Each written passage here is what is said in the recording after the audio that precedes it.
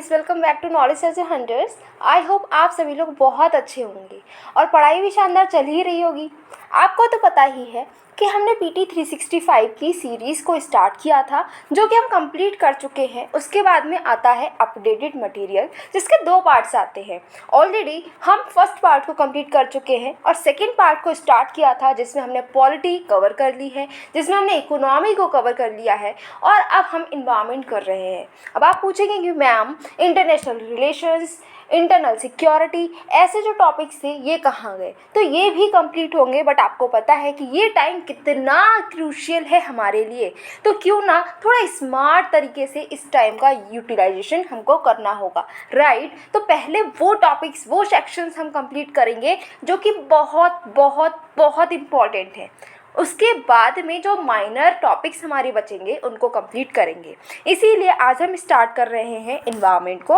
Environment में भी सबसे पहले बात करते हैं क्लाइमेट चेंज की। क्लाइमेट चेंज सबसे बड़ी प्रॉब्लम आज हम देख रहे हैं, राइट? कहीं पर भी अगर हम बात करते हैं कि ग्लोबल प्रॉब्लम्स की अगर बात की जाए तो क्लाइमेट चेंज का नाम सबसे पहले आ जा रहा है। और क्लाइमेट चेंज ऐसा नहीं है कि प्रॉब्लम ऐसी है जो कि हमें फील नहीं हो रही, हम अपनी लाइफ में भी क्लाइमेट चेंज से जूझ रहे हैं, उसके जो नतीजे हैं वो हम सब फेस कर रहे हैं। तो क्लाइमेट चेंज को जानते हैं। इसमें जो हमारा पहला टॉपिक है वो है draft carbon credits trading scheme. तो भाई ये जो draft carbon credits trading scheme है ये क्या है, इसके बारे में पढ़ते हैं, जानते हैं भाई ये कौन सी नई स्कीम आ गई है। अच्छा, चर्चा में क्यों है ये स्कीम? तो ये चर्चा में इसलिए है क्योंकि जो मिनिस्ट्री ऑफ पावर है, मिनिस्ट्री ऑफ पावर ने कंसल्ट किया है ब्यूरो ऑफ एनर्जी एफिशिएंसी के साथ में, ठीक है? बी, ये वो हनी बी वाली बी नहीं है, ये क्या है? ये है ब्यूरो ऑफ एनर्जी एफिशिएंसी। तो इसके साथ में मिनिस्ट्री ऑफ पावर ने कंसल्टेशन किया और उसके बाद में ड्राफ्ट स्कीम लेकर आए हैं, ठीक है? जिसमें हम क्या कर रहे हैं कि जो कार्बन मार्केट है, इंडिया की कार्बन मार्केट किस तरीके से ट्रेडिंग होनी चाहिए कार्बन में इंडिया में, तो उसके लिए हम एक फ्रेमवर्क को तैयार कर रहे हैं। अब अगर बात की जाए कि जो draft carbon credits trading scheme है तो ये क्या है, इसके बारे में चलो पढ़ ही लेते हैं।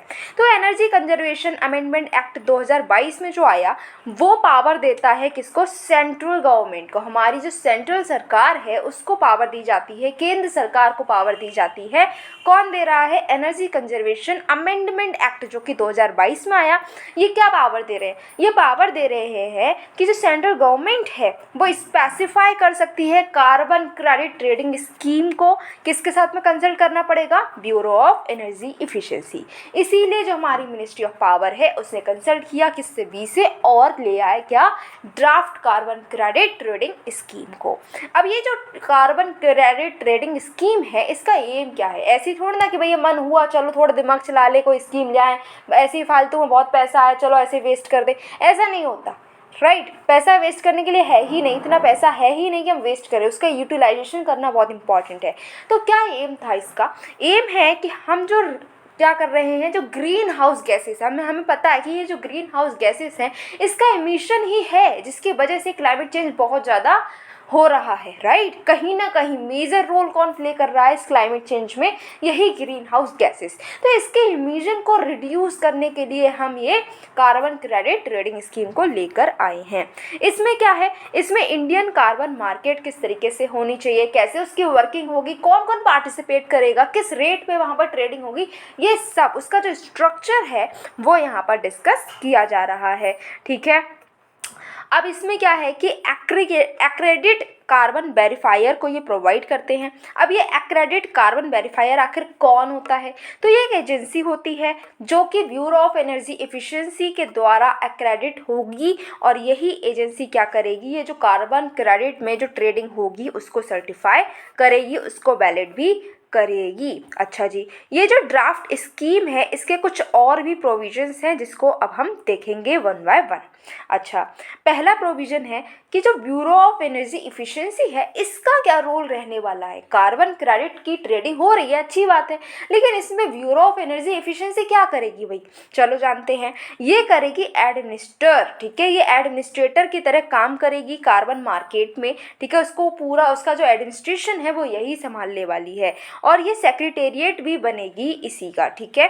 ये इश्यू करेगी कार्बन क्रेडिट जो हमारे सर्टिफिकेट्स होते हैं, ठीक है? कार्बन क्रेडिट सर्टिफिकेट्स को इशू कौन करेगा? ब्यूरो ऑफ एनर्जी इफिशिएंसी ही ये सर्टिफिकेट्स जो है वो इशू करेगी। साथ ही साथ में जो आईटी इंफ्रास्ट्रक्चर है जो हमें चाहिए होगा ये ट्रेडिंग करने के लिए, वो भी कौन मेंटेन करेगा? वो भी हमारी ब्यूरो ऑफ एनर्जी इफिशिएंसी ही मेंटेन करेगी। Okay, bureau of energy efficiency की तो रोल हमें समझ में आ गया, बट इसके साथ साथ और कौन काम करने वाला है? इसके साथ साथ सर्क भी काम करेगा। अब ये सर्क क्या है? सर्क है सेंट्रल इलेक्ट्रिसिटी रेगुलेटरी कमीशन। ठीक है जी, ये कैसे काम करेगा? तो ये यहाँ पर क्या करने वाला है, जो ट्रेडिंग एक्टिविटीज़ होंगी हमारी कार्बन क्रेडिट्स की, तो उसका रेगुलेशन करेगा, ये उसका ये रेगुलेटर बनकर काम करेगा। सेलर और बायर दोनों के ही इंटरेस्ट को ये सिक्योर करेगा। साथ ही साथ में जो भी मैटर जो ट्रेडिंग से रिलेटेड होंगे कार्बन क्रेडिट सर्टिफिकेट्स की, उसको भी रेगुलेट करेगा। अगर कोई फ्रॉड हो जाता है, क्योंकि भैया इंसान है और इंसान में कई लोग ऐसे निकल आते हैं जो कि फ्रॉड करना चाहते हैं, जिनके अंदर लालच आ जाता है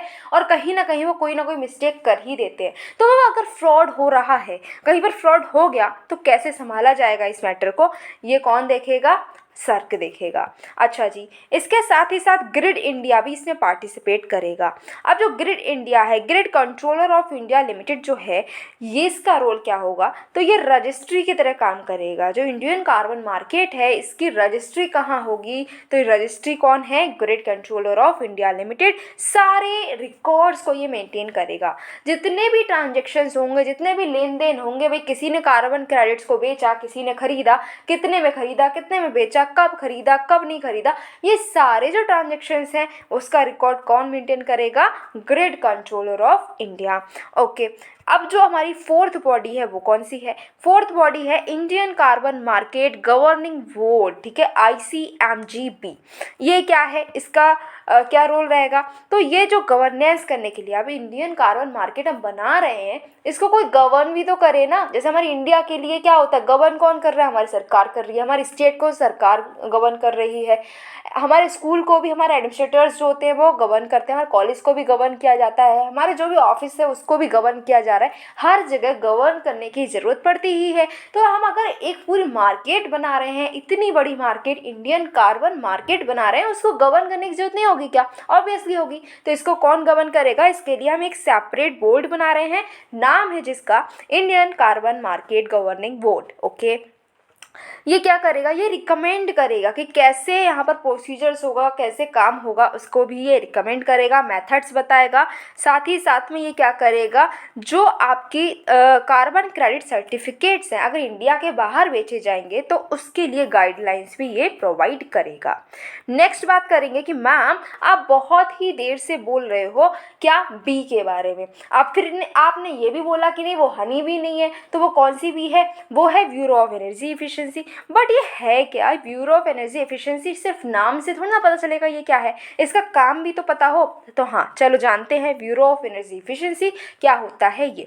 तो ये एक स्टैट्यूटरी बॉडी है। अब स्टैट्यूटरी बॉडी है मतलब किसी एक्ट के अंडर ही बनाई गई होगी। तो कौन सा एक्ट है जिसके अंडर ये बनाई गई है? ये बनाई गई है under the act energy conservation act 2001। ठीक है, इसका हेडक्वार्टर कहाँ पर है? न्यू दिल्ली में है। किससे डीलिंग कर रही है ये? एनर्जी। Energy means power. तो कौन सी मिनिस्ट्री के अंडर आनी चाहिए? मिनिस्ट्री ऑफ पावर के अंडर आनी चाहिए। किस ऑब्जेक्टिव से बनाई गई है? तो इसका ऑब्जेक्टिव है कि जो एनर्जी इंटेंसिटी है हमारी इंडियन इकोनॉमी में, जो एनर्जी इंटेंसिटी है उसको हम रिड्यूस करना चाहते हैं। अवेयरनेस फैलाती है, ये इंफॉर्मेशन प्रोवाइड करती है कि कैसे हम एनर्जी का कंजर्वेशन कर सकते हैं, इफिशिएंटली उसका यूज़ कर सकते हैं। इनोवेटिव फाइनेंसिंग भी करती है। जो हमारा एक ही बहुत ही फेमस जो है एनर्जी कंजर्वेशन बिल्डिंग कोड, वो भी इसी ने प्रोवाइड किया है। साथ ही साथ में पैट स्कीम भी इसी के अंडर रन होती है। अब अभी हमने बात की थी कि कार्बन क्रेडिट सर्टिफिकेट्स जिसकी ट्रेडिंग होने वाली है। तो ये कार्बन क्रेडिट सर्टिफिकेट्स क्या होते हैं? ये वो सर्टिफिकेट हैं जो कि रजिस्टर्ड एंटिटी इश्यू करती है। ठीक है, वो रजिस्टर्ड एंटिटी जो है वो कौन रजिस्टर्ड है, किसके अंडर है? सेंट्रल गवर्नमेंट के अंडर। ठीक है, तो वो ये सर्टिफिकेट्स इशू करती है, जिसका मतलब क्या है कि आपने क्या किया है, 1 टन की जो CO2 है, ठीक है, कार्बन डाइऑक्साइड है, उसका रिडक्शन किया है। अगर आपने 1 टन CO2 का रिडक्शन किया है तो क्या मिलेगा? आपको एक कार्बन क्रेडिट मिल जाएगा।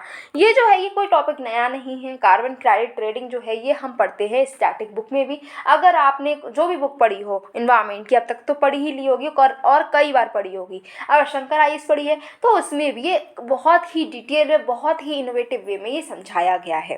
अच्छा, कुछ रिलेटेड न्यूज़ भी हैं, उसको भी समझते हैं। European union law makers adopt carbon market reform, मतलब क्या कि जो यूरोपियन यूनियन के जो नेता हैं, ठीक है, जो लॉ मेकर्स हैं, जो लॉ बना रहे हैं, उन्होंने कार्बन मार्केट रिफॉर्म को अडॉप्ट कर लिया है। ठीक है, ये मेजर्स जो हैं, जो भी अडॉप्ट किए गए हैं, ये किसके पार्ट है? तो यूरोपियन यूनियन की एक पैकेज है जिसका नाम है फिट फॉर 55 पैकेज। ठीक है, अभी फिट फॉर 55 क्या है ये आपको पता होना चाहिए। हो सकता है कि फिट फॉर 55 क्या है ये पूछ लिया जाए, राइट? ऐसे जो टर्म्स होते हैं पूछ लिए जाते हैं प्रीलिम्स में। तो ये फिट फॉर 55 जो है ये यूरोपियन यूनियन का टारगेट है। ये यूरोपियन यूनियन क्या करना चाहता है, ये ग्रीन हाउस गैस का जो एमिशन है ये 55% तक कम करना चाहता है 2030 तक। ठीक है, 2030 जब आएगी तब तक ये चाहते हैं कि 55% तक ये ग्रीन हाउस गैस इमिशन को कम कर दे। किसके लेवल से ये मेजर कर रहे हैं? 1990 के लेवल। ठीक है, ओके। मेजर्स कौन कौन से अडॉप्ट किए गए हैं भाई? अब जो आप एमिशन को कम करना चाहते हैं तो उसके लिए कुछ काम भी तो करना पड़ेगा ना। कुछ टारगेट्स बनाए हैं तो टारगेट तभी अचीव होंगे जब आप उसके लिए कुछ काम करेंगे। जैसे आपने अपना टारगेट बना लिया कि मुझे इतने % स्कोर करना है, तो उस % को स्कोर करने के लिए पढ़ाई करनी पड़ेगी ना। ऐसा तो नहीं कि सिर्फ आपने टारगेट बनाकर अपनी दीवार पर चिपका कर रख दिया, भाई बहुत अच्छा काम किया है, टारगेट बना लिया, इतने % स्कोर करना है, इतने मार्क्स लेकर आने हैं प्रीलिम्स में, इतने लेकर आने हैं हमें मेंस में, और इंटरव्यू में इतना स्कोर करना, बस क्लियर हो जाएगा सब कुछ। लेकिन वो चिपका कर सिर्फ रख दे उससे काम नहीं होगा, उसके लिए पढ़ाई करनी पड़ेगी। ठीक है, उसके लिए मेहनत करनी पड़ेगी। तो इन्होंने मेहनत की क्या? हाँ, इन्होंने मेहनत की है। इन्होंने कई सारे मेजर्स को अडॉप्ट किया है। इन्होंने सोशल क्लाइमेट फंड बनाया है। ठीक है, उसके बाद में एमिशन ट्रेडिंग जो सिस्टम है उसमें भी रिफॉर्म लेकर आए हैं। कार्बन बॉर्डर एडजस्टमेंट मैकेनिज्म भी ये लेकर आए हैं, जिसमें फॉरेन कंपनी से अगर इंपोर्ट होता है उसमें टैक्स लगाया जाता है, जितना भी मटेरियल जो कार्बन मटेरियल है उसमें प्रेजेंट होता है उसके बेसिस पर।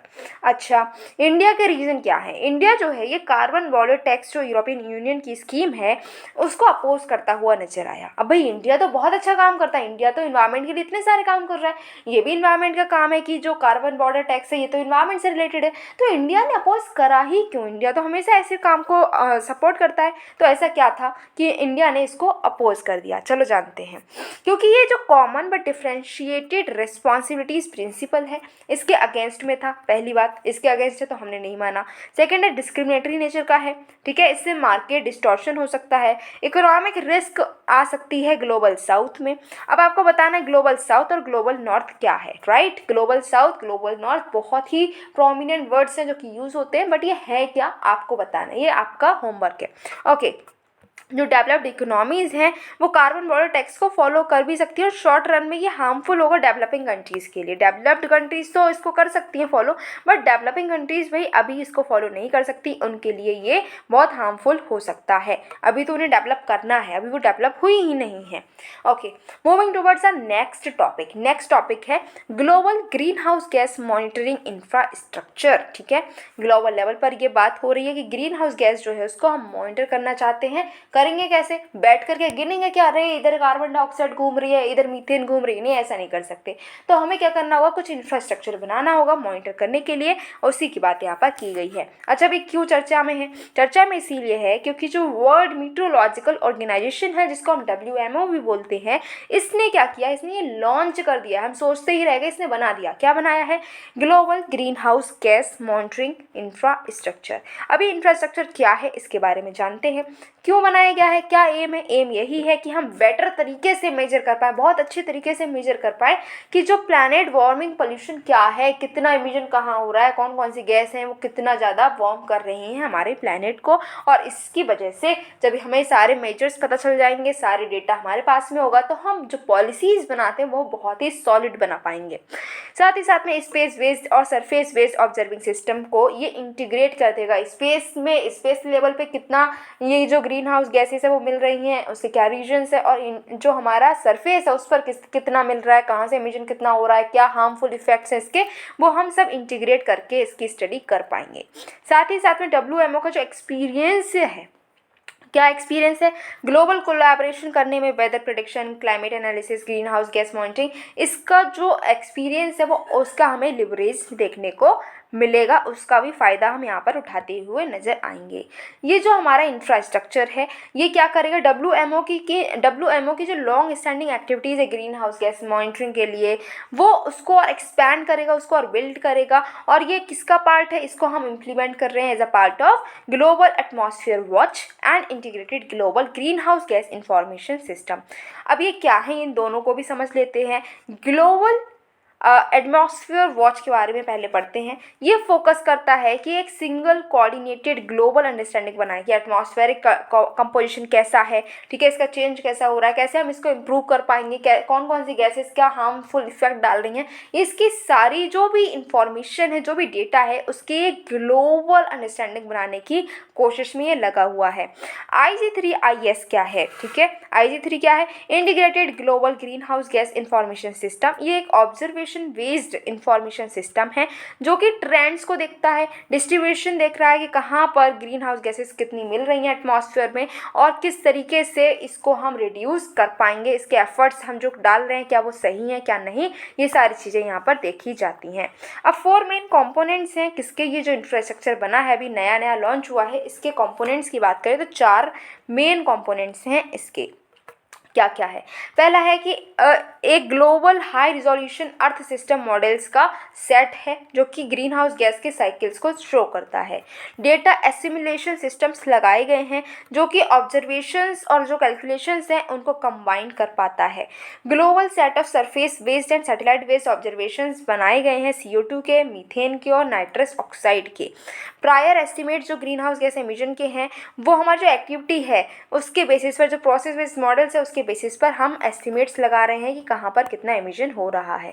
अच्छा, ये इंफ्रास्ट्रक्चर बनाया हमने, इसको लॉन्च किया, इसका पूरा हम जन्म कुंडली इसकी हम पढ़े जा रहे हैं, बट इसका सिग्निफिकेंस क्या है, क्यों इतनी मेहनत की जा रही है, इसके बारे में हम पढ़ रहे हैं, क्यों पढ़ रहे हैं, क्या ज़रूरत थी इतनी मेहनत करने की। तो सिग्निफिकेंस है इसका क्या कि जितना कोलैबोरेशन हो रहा है डेटा प्रोवाइडर्स के बीच में वो और ज़्यादा फास्टर हो जाएगा, ग्रीन हाउस गैस की मॉनिटरिंग और ज़्यादा अच्छी हो जाएगी, हम कार्बन साइकिल को और ज़्यादा बेटर वे में अंडरस्टैंड कर पाएंगे। साथ ही साथ में जो UNFCCC की जो प्रोसेसेस है जैसे कि global stock take, IPCC assessment होती रहती है या फिर नेशनल इन्वेंटरीज बनाई जा रही हैं, ये इन सारी चीज़ों में भी ये सपोर्ट करता हुआ नज़र आएगा। अच्छा, अब बात करते हैं कुछ और इम्पॉर्टेंट न्यूज़ की। ठीक है, कुछ और इम्पॉर्टेंट न्यूज़ क्या क्या हैं, चलो जानते हैं। पहली बात करें अगर हम, तो ग्रीन क्लाइमेट फंड जो है उसकी 35th मीटिंग अभी हुई है। रवांडा जो है वो 35th मीटिंग करने वाला है किसकी? ग्रीन क्लाइमेट फंड की। ओके, रवांडा सेलेक्ट किया गया है कि वो होस्ट करेगा इसको, और ये होगी कहाँ पर? ये होगी साउथ कोरिया में। तो होने वाली है साउथ कोरिया में, बट होस्ट कौन कर रहा है? रवांडा। ठीक है, 35th मीटिंग इसकी होगी। अब इसका जो बोर्ड है वो हर साल 3 मीटिंग करता है। ठीक है, इतना आपको याद रखना है कि हर साल 3 मीटिंग होती हैं।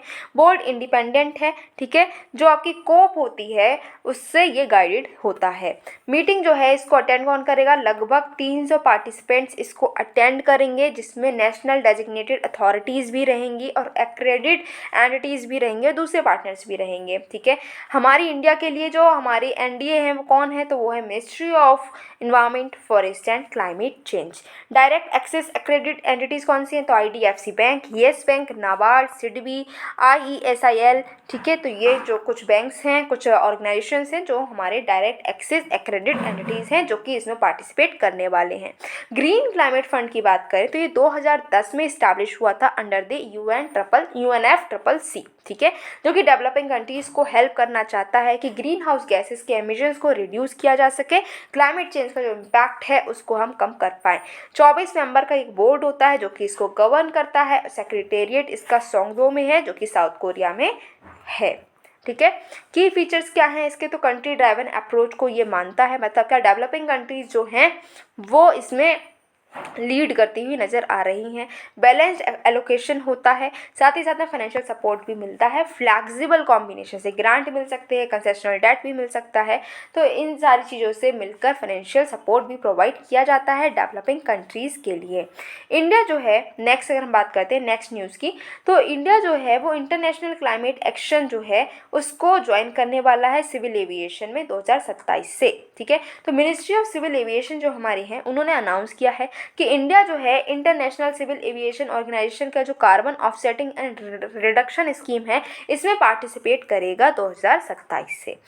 क्योंकि हम कार्बन एविएशन के द्वारा जो कार्बन इमिशन हो रहा है उसको रिड्यूस करना चाहते हैं, इसीलिए हमने जो है गोल्स को अडॉप्ट किया है। 2% हम एनुअल फ्यूल एफिशिएंसी को इम्प्रूव करेंगे 2050 तक। कार्बन न्यूट्रल ग्रोथ हो जाएगी हमारी और नेट जीरो हो जाएगा 2050 तक सिविल एविएशन के सेक्टर में। अब बात करते हैं कोर्सिया की, तो कोर्सिया क्या है, तो ये क्या करती है, हार्मोनाइज्ड वे ऑफर करती है जिसमें हम एमिशन को इंटरनेशनल एविएशन से कम कर सकते हैं। जो हमारे जो एरोप्लेन है, हेलीकॉप्टर है, जो रॉकेट्स है, जो एविएशन फील्ड है उसमें से जो भी हमारा एमिशन हो रहा है उसको हम रिड्यूस करने की यहाँ पर कोशिश कर रहे हैं। ठीक है, एलटेक क्या है, तो 41st जो ICAO असेंबली है उसने एलटेक को अडॉप्ट किया है। नेट जीरो कार्बन एमिशन को हम 2050 तक इसके अंडर अचीव करना चाहते हैं। नेक्स्ट है centre sets 2030 as target to become global hub for green shipping. Green shipping करने के लिए हम जो है इंडिया जो है वो ग्लोबल हब बनना चाहता है। और कब तक बन पाएंगे, 2030 तक, ऐसा हमने क्या किया है, टारगेट को सेट किया है। अभी किसने किया है, तो ministry of ports shipping and waterways ने लॉन्च किया है ग्रीन टग ट्रांजिशन प्रोग्राम। ठीक है, और इनॉग्रेट किया है इंडिया का पहला centre of excellency in green port and shipping को। ठीक है, प्रोग्राम स्टार्ट हुआ ग्रीन हाइब्रिड टग्स से, जो कि पावर्ड बाय किसने पावर किया है, ग्रीन हाइब्रिड प्रोपल्जन सिस्टम ने। ठीक है, और अडॉप्ट करेंगे यहाँ पर नॉन फॉसिल फ्यूल सोल्यूशंस को, जैसे कि हम मेथनॉल का यूज़ कर सकते हैं, अमोनिया का या फिर हाइड्रोजन का। टारगेट ये है कि हम इनिशियल ग्रीन टग्स को सेट करेंगे जो कि वर्क कर सकते हैं सारे मेजर पोर्ट्स पर। 2025 तक काम करेंगे जो ग्रीन टग्स हैं वो। ठीक है, ओके, टग्स होते क्या हैं, टग्स छोटे हैं लेकिन पावरफुल शिप्स होते हैं जो कि हमें जो क्या कर सकते हैं, जिनको हम यूज़ करते हैं पुश या फिर पुल करने में लार्ज शिप्स को। ठीक है, बेनिफिट्स ये हैं कि एमिशन कम हो जाएगा, हमारा जो मिशन लाइफ मूवमेंट है उसके साथ ही साथ ये चल रहा है। 2070 तक हम कार्बन न्यूट्रल बन जाएंगे अगर हम ऐसे ही जो काम है वो करते रहे तो। ठीक है, अब जो NCOE GPS है गुरुग्राम में, वो क्या है, रिजल्ट है किसके बीच के कोलैबोरेशन का, ministry of ports plus dairy. ठीक है, इसका एम है कि मेक इन इंडिया को एम्पावर कर रहे हैं पोर्ट, कोस्टल और इनलैंड वाटर ट्रांसपोर्ट में। ग्रीन शिपिंग के लिए हमने और इनिशिएटिव्स क्या क्या लिए हैं, तो इंडिया जो है वो उसको सिलेक्ट किया गया as a first country IMO green voice 2050 project के अंडर, जो कि पायलट प्रोजेक्ट रन करेगा ग्रीन शिपिंग में। ओके, मैरीटाइम विजन डॉक्यूमेंट 2030 को भी हमने लॉन्च किया था। पारादीप पोर्ट, दीनदयाल पोर्ट और जो VO चिदम्बरम पोर्ट है वो डेवलप किए जाएंगे एज हाइड्रोजन हब्स। ठीक है, जो कि हाइड्रोजन का यूज़ करेंगे अपने फंक्शंस के लिए। नेक्स्ट है C40। तो C40 क्या है, बेंगलुरु ने एक कॉन्फ्रेंस को होस्ट किया जिसमें सिटीज़ को हेल्प कर रहे हैं कि वो क्लाइमेट एक्शन को मेन स्ट्रीम में ला सके। इसको ऑर्गेनाइज किया C40 cities climate leadership group ने। ठीक है, मिनिस्ट्री ऑफ हाउसिंग जो है, ministry of housing and urban affair, इसने इसका साथ दिया था और ये पार्ट है, बहुत सारे इवेंट्स की एक सीरीज चली, उसी का ये पार्ट है। अर्बन 20 के अंडर ये सीरीज चल रही थी। अब बात की जाए C40 आखिर है क्या, तो C40 नेटवर्क है लगभग 100 मेयर्स की, जो दुनिया भर के लीडिंग सिटीज़ हैं उनके मेयर्स आकर मिलते हैं और अर्जेंट एक्शन को डिलीवर करते हैं जिससे क्लाइमेट क्राइसिस से हम फाइट बैक कर पाएँ। ठीक है, अदर सिटीज़ जो इंडिया से हैं लेकिन वो C40 का पार्ट हैं वो कौन है, तो अहमदाबाद है, दिल्ली है, मुंबई है, चेन्नई है, कोलकाता है। अब U20 की बात कर लें तो U20 क्या है, U20 जो है सिटी डिप्लोमेसी इनिशिएटिव है जो कि कन्वेन किया जाता है C40 सिटीज़ के द्वारा ही। ठीक है, यहाँ पर क्या है, यूनाइटेड सिटीज़ और लोकल गवर्नमेंट भी पार्टिसिपेट करती हैं। यहाँ पर G20 मेंबर स्टेट्स एक साथ आते हैं, ग्लोबल क्राइसिस जो चल रही हैं या फिर क्लाइमेट इश्यूज चल रहे हैं, डेवलपमेंट इश्यूज चल रहे हैं, उस पर डिस्कशन यहाँ पर होता है। Net zero asset owner aliens, ये क्या है, तो UN ने कन्वेन किया net zero asset owner aliens. ठीक है, ये मेंबर लेड इनिशिएटिव है। यहाँ पर 84 इंस्टीट्यूशन इन्वेस्टर्स आकर मीटिंग करते हैं। ठीक है, और जो net zero green house gas emission है उसको 2050 तक अचीव करने के लिए इन्वेस्टमेंट्स जो हैं वो कमिट कर रहे हैं। जो मेंबर्स है एलियंस के, उन्होंने कमिट किया है कि वो इन्वेस्टमेंट पोर्टफोलियोज करेंगे net zero green house gas emissions के लिए। 2050 तक हम नेट जीरो तक पहुंचने की कोशिश यहाँ पर कर रहे हैं। नेक्स्ट जो हमारा टॉपिक आता है दैट इज़ पॉल्यूशन। हमने क्लाइमेट चेंज को डिस्कस किया, अब हम डिस्कस करेंगे भाई पॉल्यूशन के लिए। पॉल्यूशन को भी डिस्कस करना ज़रूरी है क्या? ये तो हम बचपन से पढ़ते आ रहे हैं, राइट। हम 3rd क्लास में थे तब से हम पॉल्यूशन को पढ़ते आ रहे हैं कि पॉल्यूशन क्या होता है, कितने तरीके का होता है, और अभी तक हम पॉल्यूशन ही पढ़ रहे हैं। मतलब इतना समय हो गया और ये पॉल्यूशन जो है इसको हम आज तक ख़त्म ही नहीं कर पाए क्या? हाँ, यही हो रहा है, पॉल्यूशन आज भी हम ख़त्म नहीं कर पाए हैं। तो आखिर ये पॉल्यूशन क्या है, क्यों चर्चा में, चलो जानते हैं। इसमें जो हमारा पहला जो न्यूज़ है वो है UN 2023 वाटर कॉन्फ्रेंस। तो ये क्या है, चलो जानते हैं, क्यों है चर्चा में ये भी जानेंगे। तो UN 2023 वाटर कॉन्फ्रेंस जो है ये क्या है, तो ये न्यूयॉर्क में ऑर्गेनाइज हुई है। कब हुई है? मार्च 22-24 में, ठीक है। इसको को होस्ट किया गया, 2 कंट्रीज़ ने मिलकर इसको को होस्ट किया है। कंट्रीज़ का नाम है नीदरलैंड्स एंड ताजिकिस्तान। तो नीदरलैंड्स और ताजिकिस्तान ने मिलकर न्यूयॉर्क में मार्च में क्या किया है, UN 2023 वाटर कॉन्फ्रेंस को होस्ट किया है। ये रही बात न्यूज़ की। बट इससे भी ज़्यादा इम्पॉर्टेंट हमारे लिए हो जाता है कि हम जानें कि ये आखिर है क्या, UN वाटर कॉन्फ्रेंस क्या है। तो most important UN hosted event है वाटर सप्लाई पर, पानी, सैनिटेशन और हाइजीन, ठीक है। इन पर चर्चा करने वाली अगर कोई इवेंट है तो वो यही है, यही कॉन्फ्रेंस है UN की, ठीक है। ये ओनली 2nd UN कॉन्फ्रेंस है जो कि वाटर के लिए डेडिकेटेड है, ठीक है। उससे पहले क्या थी, ये कॉन्फ्रेंस जो थी वो मार डेल प्लाटा अर्जेंटीना में 1977 में हुई थी, और अब ये हुई है 2nd कॉन्फ्रेंस जो कि वाटर को डिस्कस कर रही है। अब भाई ये कॉन्फ्रेंस की तो कोई एम तो होगा, बिना एम के तो कोई काम होता नहीं। तो एम इनका है, एम ये है कि पानी की इम्पोर्टेंस को समझाया जाएगा, सैनिटेशन, हाइजीन इसको समझाया जाएगा, इसको समझा जाएगा और समझाया भी जाएगा। साथ ही साथ में इसका कैसे हम इफ़ेक्टिव मैनेजमेंट कर सकें, क्योंकि हमें पता है कि पानी जो कितना इम्पोर्टेंट है हमारे लिए, तो उसको हमें वेस्ट नहीं करना है। उस जो अब हमें एक जो इतना इम्पोर्टेंट गिफ्ट मिला है गॉड से, तो उसको किस तरीके से हम मैनेज करें, उसका इफेक्टिव मैनेजमेंट होना चाहिए, इस पर हम यहाँ पर डिस्कशन करते हैं।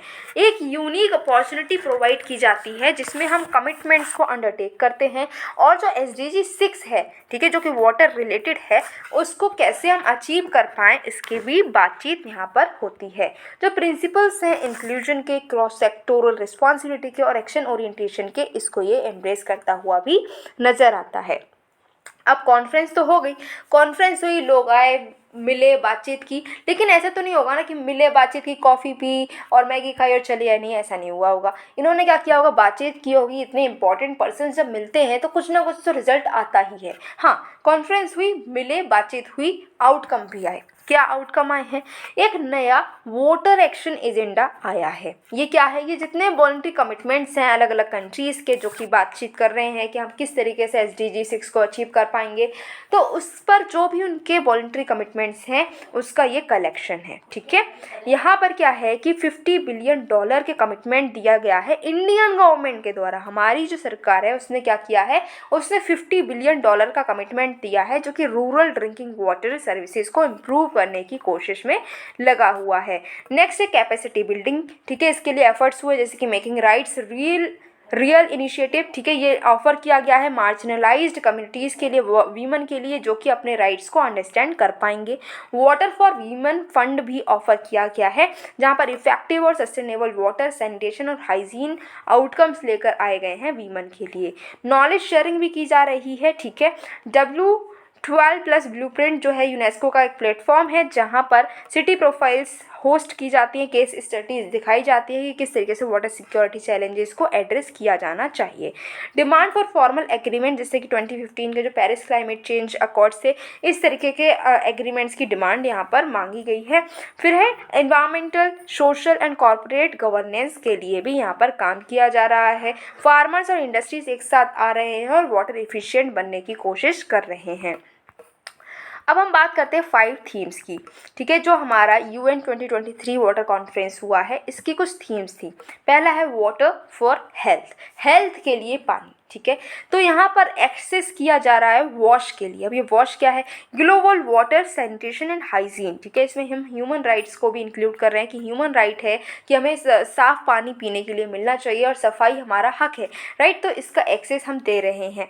नेक्स्ट है वाटर फॉर सस्टेनेबल डेवलपमेंट। अब डेवलपमेंट हम करना चाह रहे हैं बट सस्टेनेबल होना चाहिए, उसके लिए भी पानी की ज़रूरत होगी, तो पानी को हमें वैल्यू करना है। वाटर एनर्जी फूड नेक्सेस को हमें मेंटेन करके रखना होगा। नेक्स्ट थीम है water for climate resilience and environment, ठीक है। तो sources to sea, biodiversity, climate resilience, disaster risk reduction, इस सब में पानी को हम कैसे मैनेज करेंगे उस पर चर्चा की गई। फिर वाटर एक्शन डिकेड, तो यहाँ पर हमने क्या किया है? डिकेड फॉर एक्शन को इम्प्लीमेंट करने की कोशिश यहाँ पर की गई है। वाटर फॉर कोऑपरेशन की बात करें तो ट्रांस बाउंड्री और इंटरनेशनल वाटर कोऑपरेशन पर भी इन्होंने चर्चा की थी। नेक्स्ट है वाटर एक्शन डिकेड, 2018 से 2028 जो चल रहा है इसको हम बोल रहे हैं वाटर एक्शन डिकेड। ये जो हमारी यूनाइटेड नेशंस जनरल असेंबली है उसने ये जो पीरियड है 2018 टू 2028, इसको ये जो 10 सालों का समय है इसको बोला गया है कि वाटर एक्शन डिकेड है, ठीक है। यहाँ पर हम एक्शन लेंगे कि वाटर फॉर सस्टेनेबल डेवलपमेंट हमको करना है। वाटर रिलेटेड जितने भी चैलेंजेस हैं उन सबको हमें यहाँ पर टैकल करना है। वाटर की रिलेटेड जितनी भी नॉलेज है उसको हमें इम्प्रूव करना है। वाटर पोल्यूशन को किस तरीके से कंट्रोल करना है उसकी यहाँ पर बातचीत की जाएगी। साथ ही साथ में कम्युनिकेशन को इम्प्रूव किया जाएगा कि वाटर रिलेटेड जितने भी SDGs है उसको हमें कैसे अचीव करना है। इसके साथ ही साथ कुछ रिलेटेड न्यूज़ भी है जिसको हमें देखना है। तो अभी क्या हुआ है कि United Nations world water development report 2023 release हुई है, ठीक है। इसको रिलीज़ किया गया है जब हमारी ये जो कॉन्फ्रेंस चल रही थी यूनाइटेड नेशन की 2023 वाटर कॉन्फ्रेंस, तभी ये रिपोर्ट भी रिलीज़ हो गई। कौन रिलीज़ करेगा? यूनेस्को ने रिलीज़ की है on behalf of UN water, ठीक है। UN वाटर के बिहाफ पर यूनेस्को ने इसको रिलीज़ किया है। ये एनुअली पब्लिश होती है वर्ल्ड वाटर डे पर। अब आपसे पूछा जा सकता है कि वर्ल्ड वाटर डे कब सेलिब्रेट किया जाता है? तो 22 मार्च को ये वर्ल्ड वाटर डे सेलिब्रेट किया जाता है। ये अलग अलग थीम पर फोकस करता है हर साल और पॉलिसी रिकमेंडेशंस देता है कि कैसे हमें डिसीजन मेकिंग करनी है और जो भी प्रॉब्लम्स हैं उनको टैकल करना है वाटर रिलेटेड। अभी जो हमारे 2023 में ये जो वर्ल्ड वाटर डे था इसकी थीम क्या थी? तो इसकी थीम थी accelerating the change to solve the water and sanitation crisis. अब रिपोर्ट आती है तो कुछ फाइंडिंग्स भी आती हैं। हाँ जी, तो फाइंडिंग क्या आई हैं? तो अभी बताया गया है कि जो करंट रेट्स चल रहे हैं तो जो ऑल टारगेट्स है SDG 6 के वो ऑफ ट्रैक। भाई हम अगर इसी ट्रैक पर चलते रहे तो हम कभी भी अपने SDG 6 को अचीव नहीं कर पाएंगे। 10% जो ग्लोबल पॉपुलेशन है वो ऐसे एरिया में रह रही है जहाँ पर वाटर स्ट्रेस को फेस कर रही है जो कि बहुत हाई है, ठीक है। क्रिटिकल वाटर स्ट्रेस को फेस करती हुई नजर आ रही है 10% ग्लोबल पॉपुलेशन। नेक्स्ट जो टॉपिक है वो है ground water, a valuable but diminishing resource report. एक रिपोर्ट है जिसका नाम क्या है? Ground water, a valuable but diminishing resource. इसको रिलीज़ किसने किया है? इसको रिलीज़ किया है पार्लियामेंट्री स्टैंडिंग कमेटी ने, जो कि वाटर रिसोर्सेज पर बनी हुई है। अब रिपोर्ट आई है तो कुछ की हाइलाइट्स भी इसमें हुए हैं। क्या की हाइलाइट्स हैं?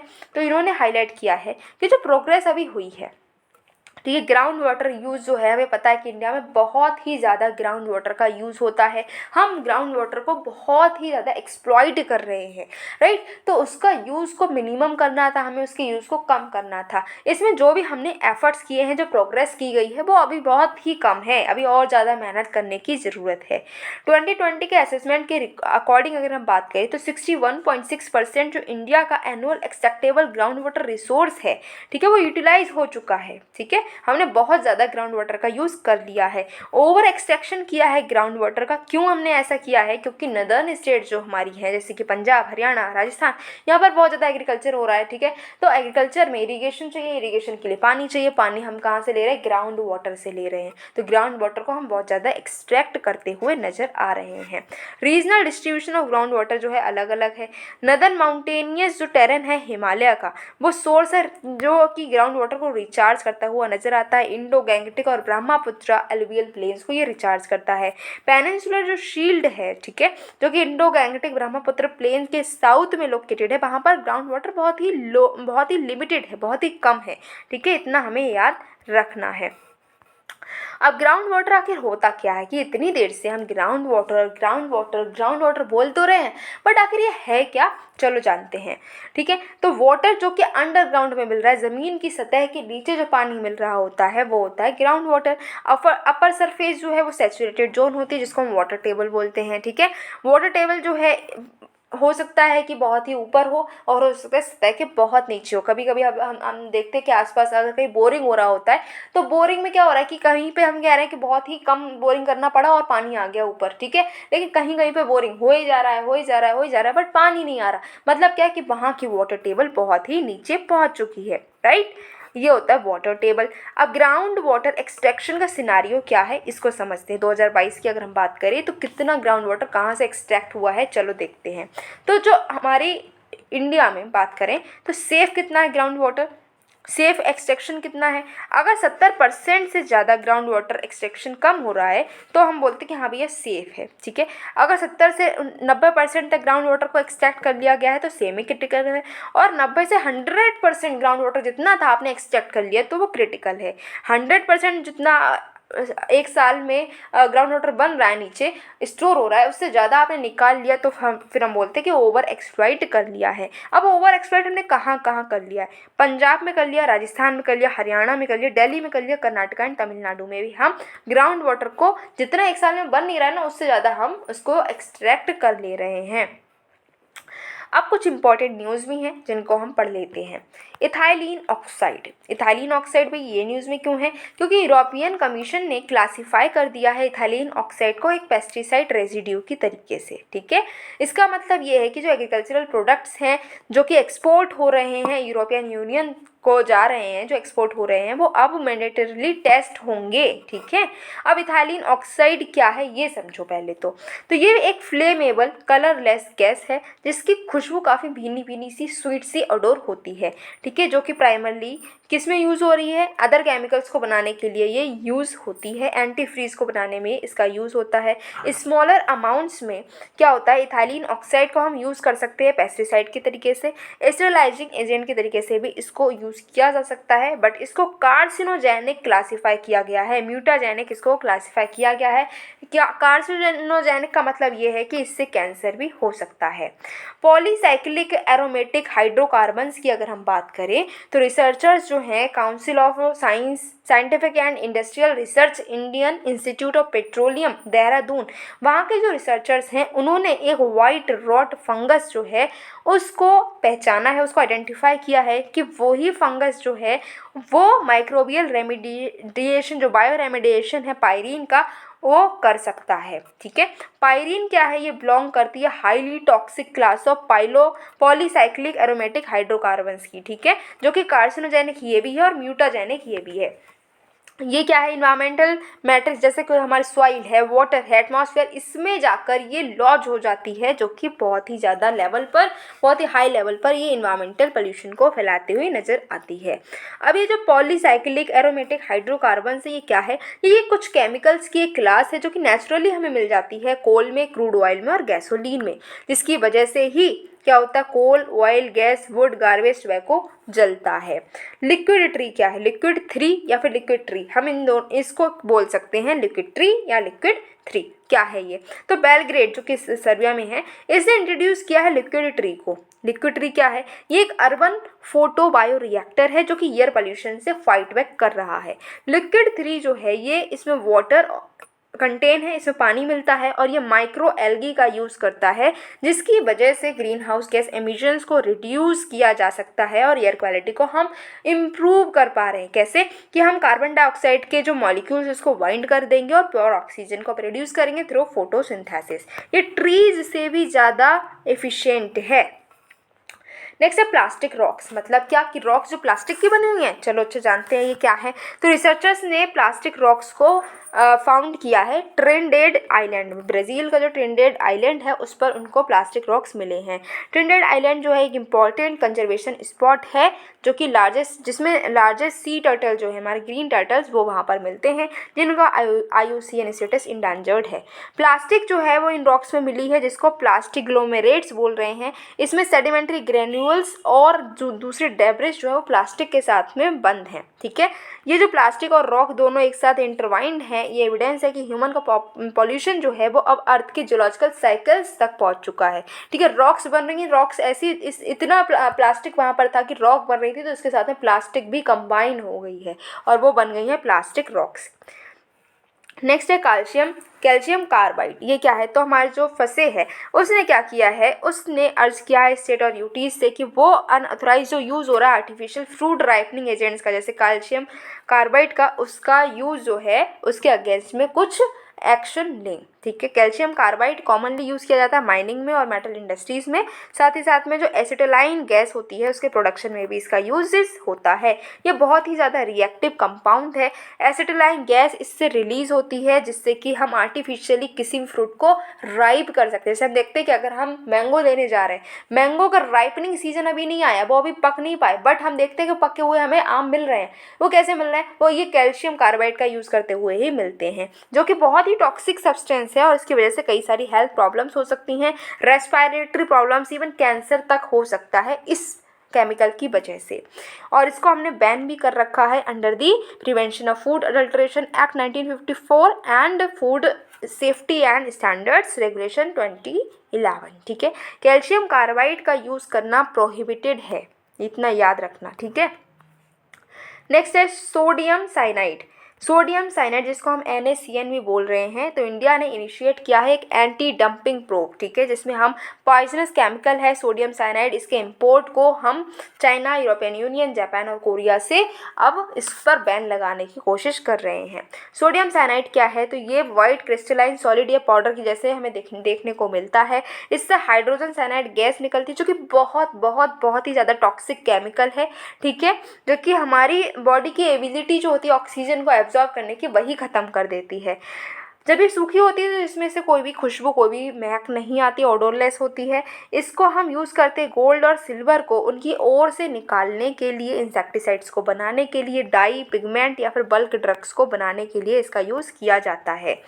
नेक्स्ट है नाइट्रेट रेडिकल्स। तो अभी क्या हुआ है कि नई स्टडी पब्लिश की गई है नेचर जियोसाइंस ने, तो इसमें फाउंड किया गया है कि जो इंडिया और चाइना के कुछ पार्ट्स हैं जो कि हॉट स्पॉट है नाइट टाइम प्रोडक्शन की, नाइट्रेट रेडिकल्स वहाँ से निकल रहे हैं और इससे जो डेडली ओजोन है PM 2.5 मटेरियल जो है पार्टिकुलेट मैटर है वो एटमॉस्फेयर में और ज़्यादा बढ़ रहा है। तो नाइट्रेट रेडिकल जो कि निकल रहे हैं इंडिया और चाइना से, ये क्या होते हैं, ये ऑक्साइड है नाइट्रोजन के, जिसमें 3 ऑक्सीजन एटम्स होते हैं जो कि नाइट्रोजन एटम के साथ में बाउंड होते हैं। ऑक्सीडेशन अगर हो जाए नाइट्रोजन डाइऑक्साइड का ओजोन के द्वारा, तो ये वहाँ से बनते हैं। स्ट्रॉन्ग ऑक्सीडेंट है जो कि बहुत ही अलग अलग ऑर्गेनिक कंपाउंड के साथ में बाइंड करता है, रिएक्शन करता है। ठीक है, और ये प्रिंसिपली नाइट टाइम एटमॉस्फेयर में ही मिलता है, क्योंकि सनलाइट में फोटोलिसिस हो गया है और उसके बाद में नाइट्रिक ऑक्साइड का ऑक्सीडेशन हो गया और उसके बाद में ये रात में बनते हैं। Multi angle imager for aerosols mission, ये क्या है, तो multi angle imager for aerosols mission जो है ये state of the art satellite instrument है जो कि डेटा को प्रोड्यूस कर रहा है, जो कि हेल्थ स्टडीज़ में हमें काफ़ी ज़्यादा बेनिफिशियल होगा। अलग अलग तरीके से जो एयर पोल्यूशन की वजह से बीमारियां हो रही हैं उसके हेल्थ इफेक्ट्स को हम यहाँ पर पढ़ पाएंगे। ये जॉइंट एफर्ट है किसका, नासा का और इटालियन स्पेस एजेंसी का, जो कि सनलाइट रिफ्लेक्टिंग एयरबॉर्न पार्टिकल्स के मेजरमेंट को ये मापता है। ठीक है, 3 साल का ये मिशन है जो कि फोकस करेगा अलग अलग टारगेट एरियाज़ पे, जैसे कि Los Angeles, Atlanta, Boston Spain, Beijing and new Delhi. हमारी इंडिया में भी इसका कुछ ना कुछ स्टडी जरूर होगी।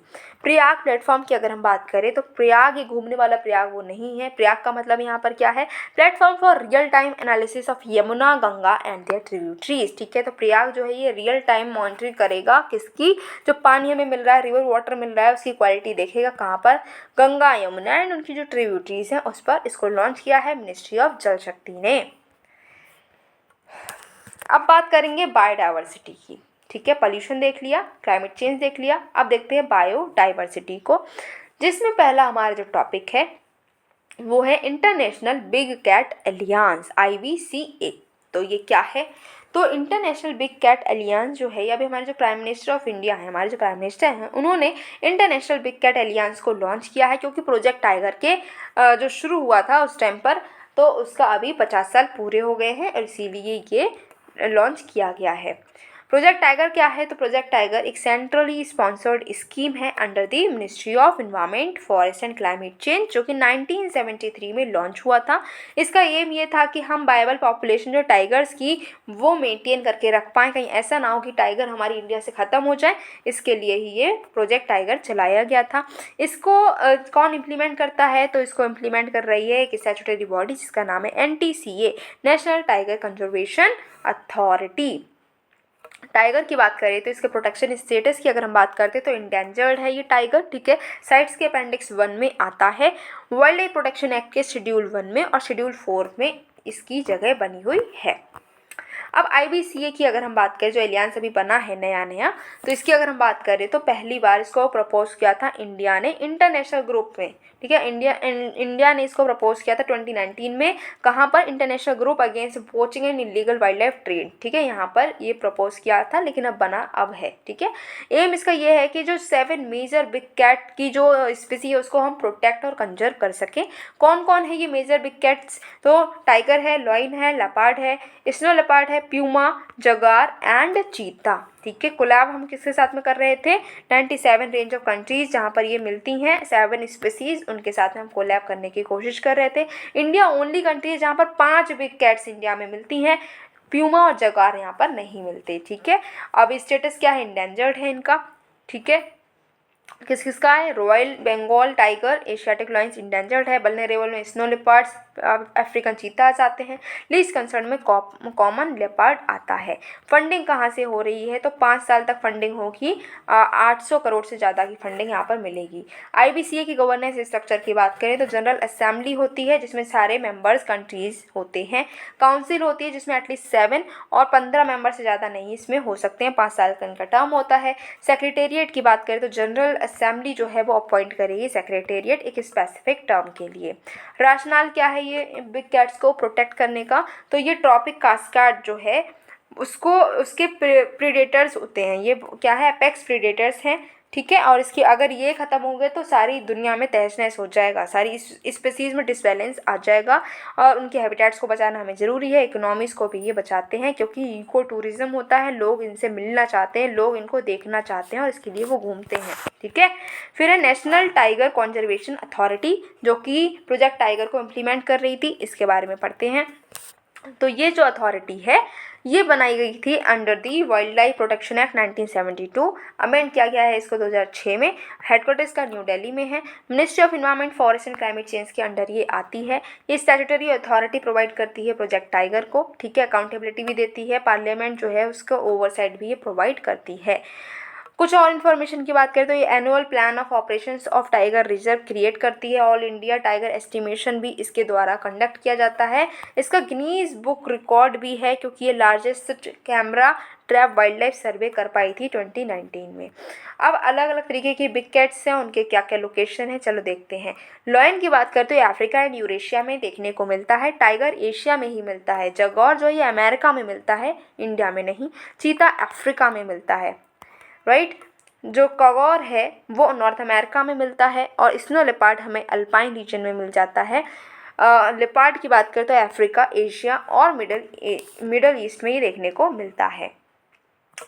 रिलेटेड न्यूज़ की अगर हम बात करें तो 5th साइकिल जो है इंडिया के टाइगर सेंसस की वो भी हुई है। अमृतकाल का जो विजन है टाइगर कंजर्वेशन के लिए एक समरी रिपोर्ट है जो कि 5th cycle of management effective evaluation जो टाइगर रिजर्व का है वो लॉन्च की गई है, ठीक है।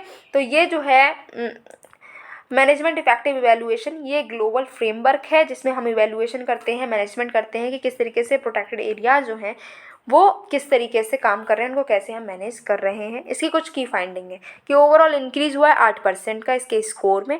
पेरियार टाइगर रिजर्व जो है उसने टॉप किया है यहाँ पर, और सतपुरा और बांदीपुर जो है वो 2nd और 3rd आए हैं। नगर होल जो है वो 3rd आया है। Satpura and Bandipur 2nd ranking hold करके बैठे हैं। जो all India tiger estimation 5th cycle report है, इसकी फाइंडिंग की बात करें तो जो टाइगर है इंडिया में कितने हैं 2022 में 3167, ठीक है। तो 3167 टाइगर्स यहाँ पर हैं। पॉपुलेशन जो है 200 से ग्रो हुई है, 200 टाइगर्स बड़े हैं। हाईएस्ट टाइगर कहाँ पर मिले हैं, हाईएस्ट नंबर कहाँ पर मिला है टाइगर का, सेंट्रल इंडियन हाईलैंड्स और ईस्टर्न घाट्स में। नीलगिरी क्लस्टर जो है वो वहाँ पर सबसे ज़्यादा टाइगर पॉपुलेशन मिली है वर्ल्ड में, पूरी वर्ल्ड में, ठीक है। वेस्टर्न घाट्स में जो पॉपुलेशन है वो कम होती हुई नज़र आई है। हाईएस्ट राइज शिवालिक में देखने को मिला है। ट्रेंड क्या है कि पहले देखो 2006 में कितने थे 1411, फिर बढ़ते गए और 2022 में 3167 टाइगर्स हमारे इंडिया में देखने को मिले हैं। नेक्स्ट है प्रोजेक्ट एलिफेंट।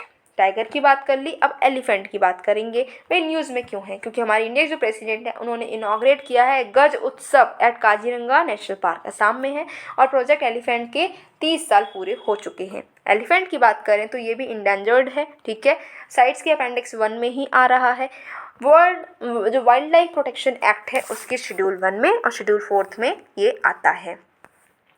प्रोजेक्ट एलिफेंट की अगर हम बात करते हैं तो इसको किसने लॉन्च किया था, मिनिस्ट्री ऑफ इन्वायरमेंट ने इसको लॉन्च किया था 1992 में, और ये सेंट्रली स्पॉन्सर्ड स्कीम थी। सपोर्ट एंड कवरेज की बात करें तो फाइनेंशियल टेक्निकल सपोर्ट इसको प्रोवाइड किया जाएगा। किसको प्रोवाइड किया जाएगा, ऐसे स्टेट जहाँ पर एलिफेंट्स हैं, ठीक है। मेन एक्टिविटीज़ क्या होती है ये इस प्रोजेक्ट के अंडर, तो कंजर्व कर रहे हैं, प्रोटेक्ट कर रहे हैं वाइल्ड एलिफेंट्स को, कंजर्व कर रहे हैं, प्रोटेक्ट कर रहे हैं, रिस्टोर कर रहे हैं उनके हैबिटाट्स को, जहाँ वो वही रहेंगे, जहाँ वो रहेंगे तभी, जब उनका घर होगा तभी तो वो होंगे। नेक्स्ट एलिफेंट्स को हम पोचिंग से बचा रहे हैं, ठीक है। फिर इंश्योर कर रहे हैं कि inter state, regional, national level पर कोऑर्डिनेशन होना चाहिए एलिफेंट्स को लेकर। स्टीयरिंग कमेटी भी बनाई गई थी जिसमें रिप्रेजेंटेटिव्स होते हैं गवर्नमेंट के और non government wild life experts, scientist भी इसमें होते हैं जो एडवाइस करते हैं सेंटर को कि इस प्रोजेक्ट से रिलेटेड जो भी इश्यूज़ होते हैं उसमें ये जो है एडवाइस देते हुए नज़र आ रहे हैं। प्रोजेक्ट एलिफेंट की अगर हम बात करें सक्सेस की, तो इंडिया जो है उसमें जितने भी एशियन एलिफेंट्स हैं दुनिया भर में उसके 60% से ज़्यादा इंडिया में ही हैं। एलिफेंट सेंसस जो 2017 में हुआ तब इंडिया में 29,964 एलिफेंट्स थे। कर्नाटका में सबसे ज़्यादा एलिफेंट्स हैं, उसके बाद में आसाम में है और उसके बाद में केरला में है। सेंसस हर 5 साल में होता है। अब बात की जाए एशियन और अफ्रीकन एलिफेंट के बीच के क्या डिफरेंसेस हैं, इनके डिफरेंसेस को भी समझ लेते हैं। पहले तो फोटो देखो, ये कितना क्यूट सा एशियन एलिफेंट और ये देखो कितना अच्छा सा अफ्रीकन एलिफेंट। इसका IUCN स्टेटस इंडेंजर्ड है और इसका जो है सवाना एलिफेंट होता है इंडेंजर्ड, फॉरेस्ट एलिफेंट होता है क्रिटिकली इंडेंजर्ड। साइज़ जो है इसका छोटा है और इसका बड़ा साइज़ है। ईयर्स इसके छोटे हैं क्योंकि ये खुद ही छोटा है तो कान भी छोटे ही होंगे, ये खुद बड़ा है तो इसका कान भी बड़े ही हैं अफ्रीकन एलिफेंट के। स्किन जो है स्मूथ, अब छोटे होते बच्चे तो उनकी स्किन कैसे तो छोटी बहुत स्मूथ सी होती है, तो ऐसे समझ लो इनकी भी स्किन काफ़ी स्मूथ है। अब जब बड़े हो जाते हैं तो क्या होता है, अभी बड़े बूढ़े हो जाते हैं तो रिंकल पड़ जाते हैं, राइट, तो ये साइज़ में बड़ा है तो इसके रिंकल हैं अफ्रीकन के। फोरहेड क्या है इसका, ट्विन डोम्ड, ऐसा इस तरीके का इसका हेड है और इसका सिंगल डोम्ड है, ठीक है। ये यहाँ पर क्या टस्क की बात करें तो कुछ मेल एशियन एलिफेंट्स के टस्क होते हैं और फीमेल में टस्क होते ही नहीं। ये उसके जो दांत होते हैं आगे के दिखाने वाले वो जो हैं टस्क कुछ में होते कुछ में नहीं होते। यहाँ पर दोनों में टस्क होते ही होते हैं। कुछ और कंजर्वेशन मेजर्स हमने लिए हैं एलिफेंट्स को बचाने के लिए, जैसे कि एलिफेंट कॉरिडोर बनाया गया, किसने बनाया, wild life trust of India ने बनाया। नेशनल अवेयरनेस प्रोग्राम चलाया है जैसे गज यात्रा, हाथी मेरे साथी, ठीक है। एलिफेंट टास्क फोर्स बनाई 2010 में। नेशनल हेरिटेज एलिफेंट 2010 में इसको घोषित किया गया। रीहैब क्या है, reducing elephant human attacks using बीज का यूज़ करते हुए हम क्या कर रहे थे, जो हमारा कन्फ्लिक्ट हो जाता था ह्यूमन का और एलिफेंट का उसको ख़त्म करने की कोशिश की। और इलीगल किलिंग जो एलिफेंट्स की होती थी उसको मॉनिटर करने के लिए माइक साइट्स बनाई गई। इंडिया में कितनी माइक साइट्स हैं, ये चीज़ आपको बहुत इंपॉर्टेंट है, आपको याद करनी पड़ेगी, याद करके जाना इसको कि इंडिया में माइक साइट्स कहाँ कहाँ हैं, कौन कौन सी हैं। शिवालिक है उत्तराखंड में, ठीक है। ईस्टर्न द्वार्स हैं वेस्ट बंगाल में। चिरंग रिपू है आसाम में। धांगपटकी है आसाम में। देओमाली है अरुणाचल प्रदेश में। गारो हिल्स मेघालय। मयूरभंज उड़ीसा। नीलगिरी तमिलनाडु। मैसूर कर्नाटक एंड वायनाड केरला में। ये माइक साइट्स हैं जिनको आपको पता होना चाहिए। नेक्स्ट है ग्रेटर पन्ना लैंडस्केप काउंसिल। ग्रेटर पन्ना लैंडस्केप काउंसिल। न्यूज़ में क्यों है? क्योंकि केन बेतवा लिंक प्रोजेक्ट का ये पार्ट है। तो यहाँ पर क्या है, ग्रेटर पन्ना लैंडस्केप काउंसिल को बनाया गया है जिससे कि सिस्टमैटिक और टाइम बाउंड इम्प्लीमेंटेशन हो सके ग्रेटर पन्ना लैंडस्केप मैनेजमेंट प्लान का। तो ये क्या है, ये काउंसिल की अगर हम बात करते हैं तो ये विन विन सिचुएशन इंश्योर करना चाहती है कि हमें कंजर्वेशन भी करना है, इंटीग्रेशन भी करना है, डेवलपमेंट भी करना है, ठीक है, इनेबल करना है बेटरमेंट, जो हैबिटेट है उसका बेटरमेंट हो सके। किसके बेटरमेंट करेंगे, किसके हैबिटेट की बात हो रही, टाइगर, वल्चर, घड़ियाल की, ठीक है। यहाँ पर स्पेशल प्रायोरिटाइजेशन करेंगे, जो बायोडाइवर्सिटी है उसके कंजर्वेशन के लिए पहले हम प्रायोरिटी बनाएंगे। स्पेसिफिक और साइट स्पेसिफिक मॉनिटरिंग भी की जाएगी। इंटीग्रेटिंग लैंडस्केप मैनेजमेंट क्या होता है, तो यहाँ पर लॉन्ग टर्म कोलैबोरेशन हम कर रहे हैं जिससे कि हम अपने ऑब्जेक्टिव्स को अचीव कर पाएँ लैंडस्केप से, जैसे कि एग्रीकल्चर प्रोडक्शन भी हम कर पाएंगे, इकोसिस्टम सर्विसेज भी प्रोवाइड कर पाएंगे, कल्चरल हेरिटेज भी कर पाएंगे और लाइवलीहुड को भी मेंटेन कर पाएंगे। पन्ना टाइगर रिजर्व की अगर हम बात करते हैं तो जोग्राफिकल अगर लोकेशन देखें तो ये विंध्य हिल्स के पास में ये मिलता है, ठीक है। डेक्कन पेनिनसुला के कॉन्फ्लुएंस पे ये मिलता है। रिवर कौन सी पास होती है भाई, केन रिवर यहाँ से पास होती है। 1981 में ये बना था, 2011 में इसको बायोस्फीयर रिजर्व भी घोषित कर दिया गया। ये थर्ड बायोस्फीयर रिजर्व है जो कि यूनेस्को के world network of biosphere reserve जो है उसमें ये इंक्लूडेड हुआ है मध्य प्रदेश का। दो और कौन से हैं, पंचमढ़ी है, अमरकंटक है।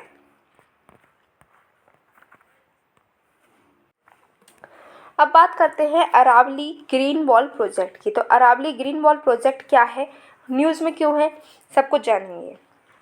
न्यूज़ में इसलिए है क्योंकि जो ministry of environment, forest and climate change है उन्होंने अरावली ग्रीन वॉल प्रोजेक्ट को लॉन्च कर दिया है। अब ये क्या है, कौन सी हम ग्रीन वॉल बना रहे हैं, क्या वॉल बनाएंगे और उसके ऊपर से ग्रीन पेंट कर देंगे, क्या है ये, चलो समझते हैं।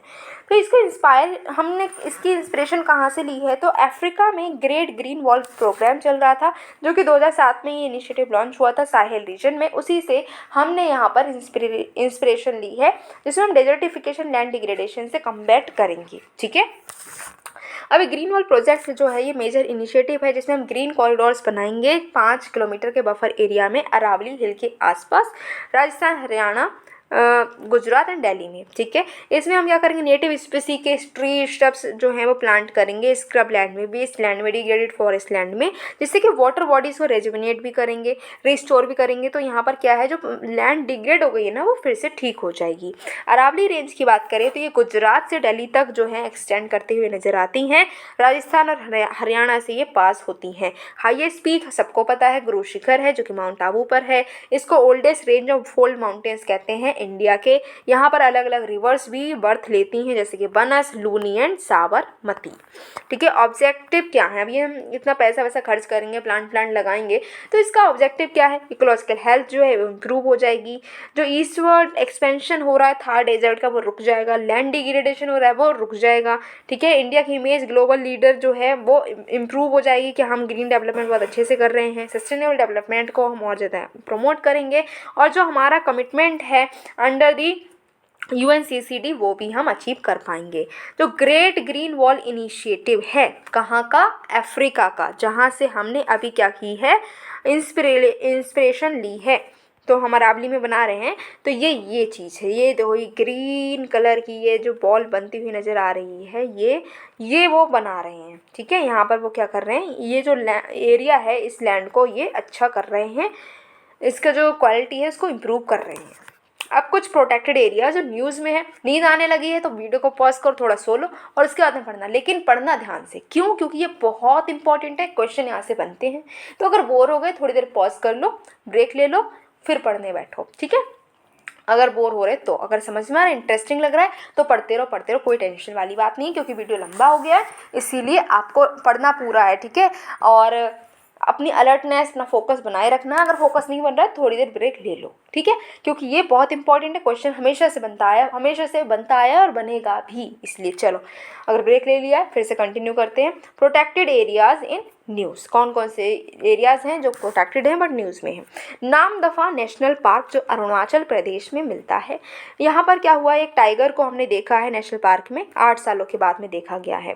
ये तो इम्पॉर्टेंट नहीं, इम्पॉर्टेंट क्या है कि ये बॉर्डर पर मिलता है इंडिया और म्यांमार के, ठीक है, अरुणाचल प्रदेश में मिलता है। ये नेशनल पार्क भी है, टाइगर रिजर्व भी है। नामदफा इसको क्या मिला है, नामदफा जो है एक रिवर का नेम था जो कि दफावुम से निकलती है और इसी रिवर के नाम पर इस पार्क का भी नाम पड़ गया नामदफा नेशनल पार्क। कौन सी रिवर यहाँ से मिलती है, तो नाव दिहिंग रिवर जो है, जो ब्रह्मपुत्र की एक ट्राइब्यूटरी है, वो इसी नामदफा नेशनल पार्क से निकलती हुई नज़र आती है। इतना आपको पता होना चाहिए।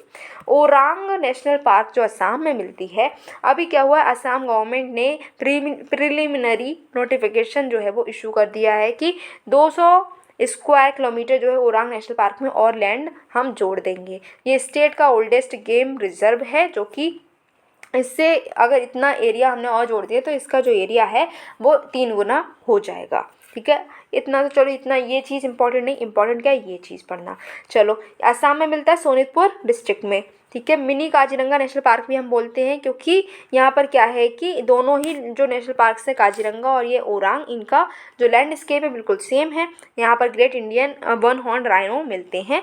ठीक है, इसको इम्पोर्टेंट वर्ल्ड एरिया भी हम मानते हैं। वर्ल्ड लाइफ इंटरनेशनल ने इसको जो इम्पोर्टेंट वर्ल्ड एरिया है वो स्टेटस दिया है। रिवर कौन सी निकलती है यहाँ से, कौन सी गुजरती है, वो ब्रह्मपुत्र रिवर यहाँ से पास होती है। मार्शेस, स्ट्रीम्स और ग्रासलैंड से बना हुआ है। यहाँ पर great Indian one horn rhino मिलते हैं, पिग्मी हॉग मिलता है, एलिफेंट, वाइल्ड बुफेलो, टाइगर्स यहाँ पर देखने को मिलते हैं। बरदा वाइल्ड लाइफ सेंचुरी जो गुजरात में है, इसकी अगर हम बात करें तो गुजरात सरकार ने अभी second home for Asiatic Lions जो है वो क्या घोषित कर दिया है, वर्धा वाइल्ड लाइफ सेंचुरी को। ठीक है, वर्धा जो है इसको रिकमेंड किया कि ट्रांसलोकेशन हो सकती है यहाँ पर किसकी, लॉयन की, और ये किस रिपोर्ट में है, लॉयन एट 2047 विजन फॉर अमृत काल। ठीक है, ये किसने प्रिपेयर की थी, wild life institution of India ने यहाँ पर प्रिपेयर की थी। ये प्रेजेंट होम क्या है, 100 किलोमीटर जो दूर हमारा गिर नेशनल पार्क है उससे 100 किलोमीटर दूर ये बरदा वाइल्ड लाइफ सेंचुरी देखने को मिलती है। यहाँ पर मालधारी, बारवद, राबड़ी, गादवी कम्युनिटीज़ देखने को मिलती हैं। Sambar, chital, chinkara, leopard, hyena, wild boar, wolf, jackal, blue bull यहाँ पर देखने को मिलते हैं। प्रोजेक्ट लॉयन जो है वो एशियाटिक लायन को बचाने की कोशिश में लगा हुआ है। 2020 में हमने इसको लॉन्च किया था। एराविकुलम नेशनल पार्क जो केरला में है, तो इसको फर्स्ट फर्नेरियम मिल गया है इसका। ये जो है वेस्टर्न घाट्स के, सदर्न वेस्टर्न घाट्स में ये मिलता है, केरला में है। ठीक है, हाईएस्ट पीक जो है अनामुडी है। रिवर क्या है, तो पाम्बार रिवर जो है उसकी ट्रिब्यूटरीज और पेरियार रिवर की ट्रिब्यूटरीज यहाँ पर बहती हुई नजर आती हैं। ग्रासलैंड है, श्रबलैंड है, शोला फॉरेस्ट यहाँ पर देखने को मिलते हैं। इंडेंजर्ड नीलगिरी तहार भी यहाँ पर देखने को मिलती है। परम्बिकुलम टाइगर रिजर्व जो केरला में है, अभी क्या हुआ है, ये केरला में सिचुएटेड है। नेलमपति हिल जो केरला की है, अन्नमलाई रेंज जो है तमिलनाडु की है, वहाँ पर उनके बीच में ये देखने को मिलता है। करियान शोला जो है ये करियान शोला है जो कि संगम रेंज का पार्ट है टाइगर रिजर्व में, उसको यूनेस्को वर्ल्ड हेरिटेज साइट भी घोषित किया गया है। इसको सर्टिफिकेशन मिल गया है कि ये global conservation assured tiger standards का इसको सर्टिफिकेशन भी मिला है। ये evergreen, semi evergreen, most moist deciduous, dry deciduous shola forest यहाँ पर मिलते हैं। Tiger, leopard, dhole, sloth, bear, Nilgiri tahr, gaur, elephant, sambar pig, wild pig यहाँ पर देखने को मिलते हैं। Gandhi Sagar wild life sanctuary जो मध्य प्रदेश में है, तो अभी जो मध्य प्रदेश के सीएम हैं उन्होंने कहा है कि गांधी सागर सेंचुरी जो है उसको सेकंड होम के तरीके से हम डेवलप करेंगे चीतास के लिए। ठीक है, जो कि मध्य प्रदेश में है, ये राजस्थान के बॉर्डर से राजस्थान से बॉर्डर भी शेयर करती है। Important world and biodiversity area भी है। रिवर यहाँ पर चंबल है। ठीक है, फिर तंसा वाइल्ड लाइफ सेंचुरी की बात करें, महाराष्ट्र की है, तो ये जो है थाने डिस्ट्रिक्ट में देखने को मिलती है, वेस्टर्न घाट के फुटहिल्स पे देखने को मिलती है। इसको पैराडाइज फॉर वर्ल्ड वॉचर भी बोलते हैं। तंसा और बैतरना जो रिवर है वो यहाँ से बहती हुई नजर आती हैं। ये ट्रॉपिकल मॉइस्ट डेसिडियस फॉरेस्ट हैं जहाँ पर थोड़े थोड़े एवरग्रीन फॉरेस्ट भी देखने को मिलते हैं। सतकोसिया वाइल्ड लाइफ सेंचुरी जो ओडिशा में है, अभी क्या हुआ है कि यहाँ पर इंडियन स्कीमर देखने को मिला है जो कि इंडेंजर्ड है। ठीक है, ये सतकोसिया जो गॉर्ज बनी हुई है महानदी रिवर की, वहाँ पर ये लोकेटेड है। रिवर यहाँ पर महानदी पास होती हुई नजर आती है।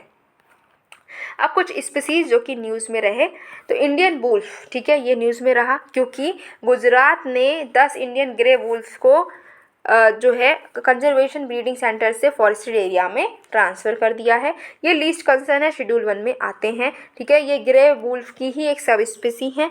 हैबिटेट लॉस हो रहा है, फ्रेगमेंटेशन, डिग्रेडेशन वगैरह हो रहा है, इसकी वजह से इनकी पॉपुलेशन में कमी देखने को मिल रही है। ठीक है, ये इंडियन सब कॉन्टिनेंट से इजराइल तक देखने को मिलते हैं। बुगुन ल्योशिस्ला ये क्या है? तो अरुणाचल प्रदेश ने अभी 5 दिन का बुगुन ल्योशिस्ला उत्सव को सेलिब्रेट किया है। कहाँ पर? Eagle nest wild life century में। ठीक है, इसको ऑर्गेनाइज किया था Singchung Bugun village community reserve ने, ठीक है, और शेरगान फॉरेस्ट डिवीजन ने। ठीक है, ये बर्ड की एक नई स्पीसी है जो कि शेड्यूल 1 में आती है, क्रिटिकली इंडेंजर्ड है। Pygmy hog. पिग्मी हॉग जो है अभी क्या हुआ है कि 10 कैप्टिव ब्रेड पिग्मी हॉग जो थे उनको मानस नेशनल पार्क में अभी रिलीज़ करा गया है। ये इंडेंजर्ड हैं और शेड्यूल 1 में ये आते हैं। वर्ल्ड के स्मॉलेस्ट और रेयरेस्ट वाइल्ड पिग्स होते हैं ये कुछ ऐसे मैमल्स हैं जो अपना घर बनाते हैं, नेस्ट बनाते हैं, एक रूफ के साथ में छत भी बनाते हैं। ठीक है, सारस क्रेन की अगर हम बात करें तो फॉरेस्ट डिपार्टमेंट्स ने एक केस को फाइल किया, नोटिस जो है वो जारी कर दिया है उत्तर प्रदेश मैन के ऊपर, जिसने सारस क्रेन को बचाया था और 1 साल तक उसकी सेवा भी की थी। कोई भी पर्सन जो है वो अपने पोजीशन में किसी भी वाइल्ड लाइफ को नहीं रख सकता है। ठीक है, इसका स्टेटस अगर बात करें तो वल्नरेबल स्टेटस है, शेड्यूल 1 में ये आता है। ये टॉलेस्ट फ्लाइंग बर्ड है पूरी दुनिया भर का। ठीक है, 3-4 के ग्रुप में भी रह सकता है, पेयर्स में वैसे रहता है। ठीक है, और इनको कह सकते हैं ये अपना एसोसिएशन ह्यूमन के साथ में बहुत अच्छा बना लेते हैं, इसीलिए इस ह्यूमन के साथ में इसको इसका फ्रेंड भी माना जा रहा था। काफ़ी ज़्यादा चर्चा इसकी हो रही थी। मनग्रुव पिट्टा बर्ड्स जो है ये पहला सेंसस हुआ मनग्रुव पिट्टा बर्ड्स का उड़ीसा में और 179 बर्ड्स जो है देखने को मिली। ये नियर थ्रेटन्ड है, शेड्यूल 2 में ये आते हैं और ये स्मॉल सीक्रेटिव बर्ड्स होते हैं। 17 से 19 सेंटीमीटर तक की लंबाई इनकी होती है। ठीक है, यूजुअली ये इंसेक्ट्स खाते हैं और ईस्टर्न पार्ट ऑफ इंडिया में देखने को मिलते हैं। लॉन्ग टेल्ड डक्स की अगर हम बात करें तो ये स्पीसीज जो है आइकॉनिक जो बुलर लेक है कश्मीर में 116 साल के बाद में इनको देखने को भी मिला है। ठीक है, रामसर साइड भी बुलर लेक है और वल्नरेबल स्टेटस है इसका, शेड्यूल 2 में ये मिलती है। लॉन्ग टेल्ड डक्स होती हैं, बहुत ही पतली कलरफुल सी डक्स होती हैं जिनकी टेल्स बहुत लंबी सी होती है। ये देखो लंबी सी टेल। ठीक है, ओके, नेक्स्ट है सेप्टेम्बरेंथस जो है ये निकोबार ग्रुप ऑफ आइलैंड में देखने को मिला है। ये पैरासिटिक फ्लावरिंग प्लांट है। ठीक है, प्लांट स्पीसीज जो है हॉर्स फील्डिया ग्लैब्रा उसमें ये देखने को उस पर ये ग्रो होती है। इनकी लीव्स जो है वो हार्ट शेप्ड की होती हैं, बहुत ही लंबी सी टिप होती है। ओवरी फ्रूट सीड्स जो होते हैं वो अर्धनपॉट शेप के होते हैं। पोजिडोनिया ऑस्ट्रेलिस, ठीक है, ये वर्ल्ड का लार्जेस्ट प्लांट है जो कि अभी वेस्ट कोस्ट ऑफ ऑस्ट्रेलिया में देखने को मिला है। 180 किलोमीटर लंबा ये प्लांट है। इसको रिवन वीड भी बोलते हैं, सी ग्रास की एक ये स्पीसी है। फिर इन्वेजिव स्पीसीज जो कि अभी न्यूज़ में रही तो फॉग्ड फैन बर्ड। ठीक है, तो केरला के कुछ प्लेसेस पर जो है ये बहुत ही ज़्यादा फैल गई हैं और इन्होंने वाटर बॉडीज़ को पिंक कर दिया है। ये सबमर्ज रहती हैं, एक्वेटिक प्लांट है जो कि स्टेगनेंट या फिर स्लो फ्लोइंग जो फ्रेश वाटर होता है उसमें ग्रो कर जाती हैं। इन्वेजिव स्पीसीज हैं जो कि सेंट्रल और साउथ अमेरिका से आई हैं। प्रोसोफिस शिलेंसिस, तो अभी एक स्टडी हुई है तो ये जो प्रोसोफिस शिलेंसिस है ये एलियन इन्वेजिव प्लांट है जो कि हमारे नेटिव वेजिटेशन को 21 आइलैंड्स में ये क्या कर रहा है, थ्रेटन कर रहा है gulf of Mannar biosphere reserve के। ठीक है, ये ड्रॉट रेजिडेंट प्लांट नेटिव होता है जो एरिड रीजन में भी ग्रो कर जाता है।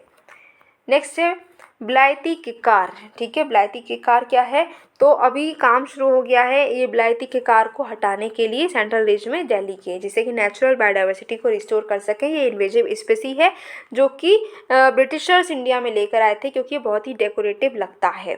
ठीक है, मैक्सिको से आया था ये। नेक्स्ट है और जो बायोडाइवर्सिटी रिलेटेड न्यूज़ है उसको भी हम कवर कर लेते हैं। तो protection of plant varieties and farmers right authority, ठीक है, केरला एग्रीकल्चरल यूनिवर्सिटी जो है उसको नोटिफाई किया गया है कि वो centre of PPV and FR authority बन गया है। ठीक है, under the ministry of agriculture, कि अगर कोई कम्युनिटीज़ जो हैं वो अगर फाइट करती हैं कि ट्रेडिशनल प्लांट वैरायटी पर उनके हक हैं वो उसको प्रोटेक्ट करेंगी तो इस केस को यही हैंडल करेंगे। ठीक है, इसमें चेयरपर्सन होते हैं, 15 मेंबर्स होते हैं। इनके मेंबर ऑफ अथॉरिटी को अपॉइंट कौन करता है, सेंट्रल गवर्नमेंट इसको अपॉइंट करती है। पीपल्स बायोडाइवर्सिटी रजिस्टर की अगर हम बात करें तो कोलकाता जो है पहला मेजर मेट्रोपॉलिटन सिटी बन गया है जो कि डिटेल्ड रजिस्टर बना रहा है बायोडाइवर्सिटी का। ठीक है, बायोडाइवर्सिटी रूल 2002 के अंडर जो है बायोडाइवर्सिटी मैनेजमेंट कमेटी को जो पीपल्स बायोडाइवर्सिटी रजिस्टर है वो बनाना ज़रूरी था जो कि अब कोलकाता बना रहा है। एनिमल बर्थ कंट्रोल रूल्स जो हैं 2023 के आ चुके हैं। Ministry of fisheries, animal husbandry and dairying ने नोटिफाई किए हैं ये rules under the prevention of cruelty to animal act 1960। इन रूल्स के अंडर जो है एनिमल बर्थ कंट्रोल प्रोग्राम चलाए जाएंगे, जिसमें जो है स्ट्रे डॉग्स जो हैं उनको स्टेलाइज कर दिया जाएगा। ठीक है, एनिमल बर्थ कंट्रोल प्रोग्राम जो है इसको एनिमल वेलफेयर बोर्ड जो है वो चलाएगी। बटरफ्लाई इको पार्क जो है त्रिपुरा में बनाया गया है। ये पहला बटरफ्लाई पार्क है नॉर्थ ईस्ट में। पार्क डेडिकेट किया गया है कि ये कंजर्व करेगा, प्रमोट करेगा यूनिक बटरफ्लाई स्पीसीज़ को। होप स्पॉट्स क्या होते हैं, तो अंडमान निकोबार आइलैंड और लक्षद्वीप आइलैंड को अभी क्या किया गया, होप स्पॉट्स बना दिया गया है। होप स्पॉट एक ऐसा एरिया होता है ओशन का जिसके लिए स्पेशल प्रोटेक्शन की ज़रूरत होती है, क्योंकि उसमें अंडर वाटर हैबिटाट्स जो हैं वो बहुत ही सिग्निफिकेंट होते हैं। ये एक जॉइंट इनिशिएटिव है मिशन ब्लू का और IUCN का। नेक्स्ट अब हम बात करेंगे सस्टेनेबल डेवलपमेंट की। सस्टेनेबल डेवलपमेंट क्या होता है ये तो बताने की ज़रूरत ही नहीं है, अब तक हम इतनी बार चर्चा कर चुके हैं कि सस्टेनेबल डेवलपमेंट क्या होता है। इसमें हमें पढ़ना क्या है, इसमें हमें पढ़ना है लो टेम्परेचर थर्मल डिसैलिनेशन जो LTT प्लांट्स हैं इनके बारे में हमें पढ़ना है। तो national institute of ocean technology जो है वो एक green self power desalination plant को लक्षद्वीप में लगाने वाली है।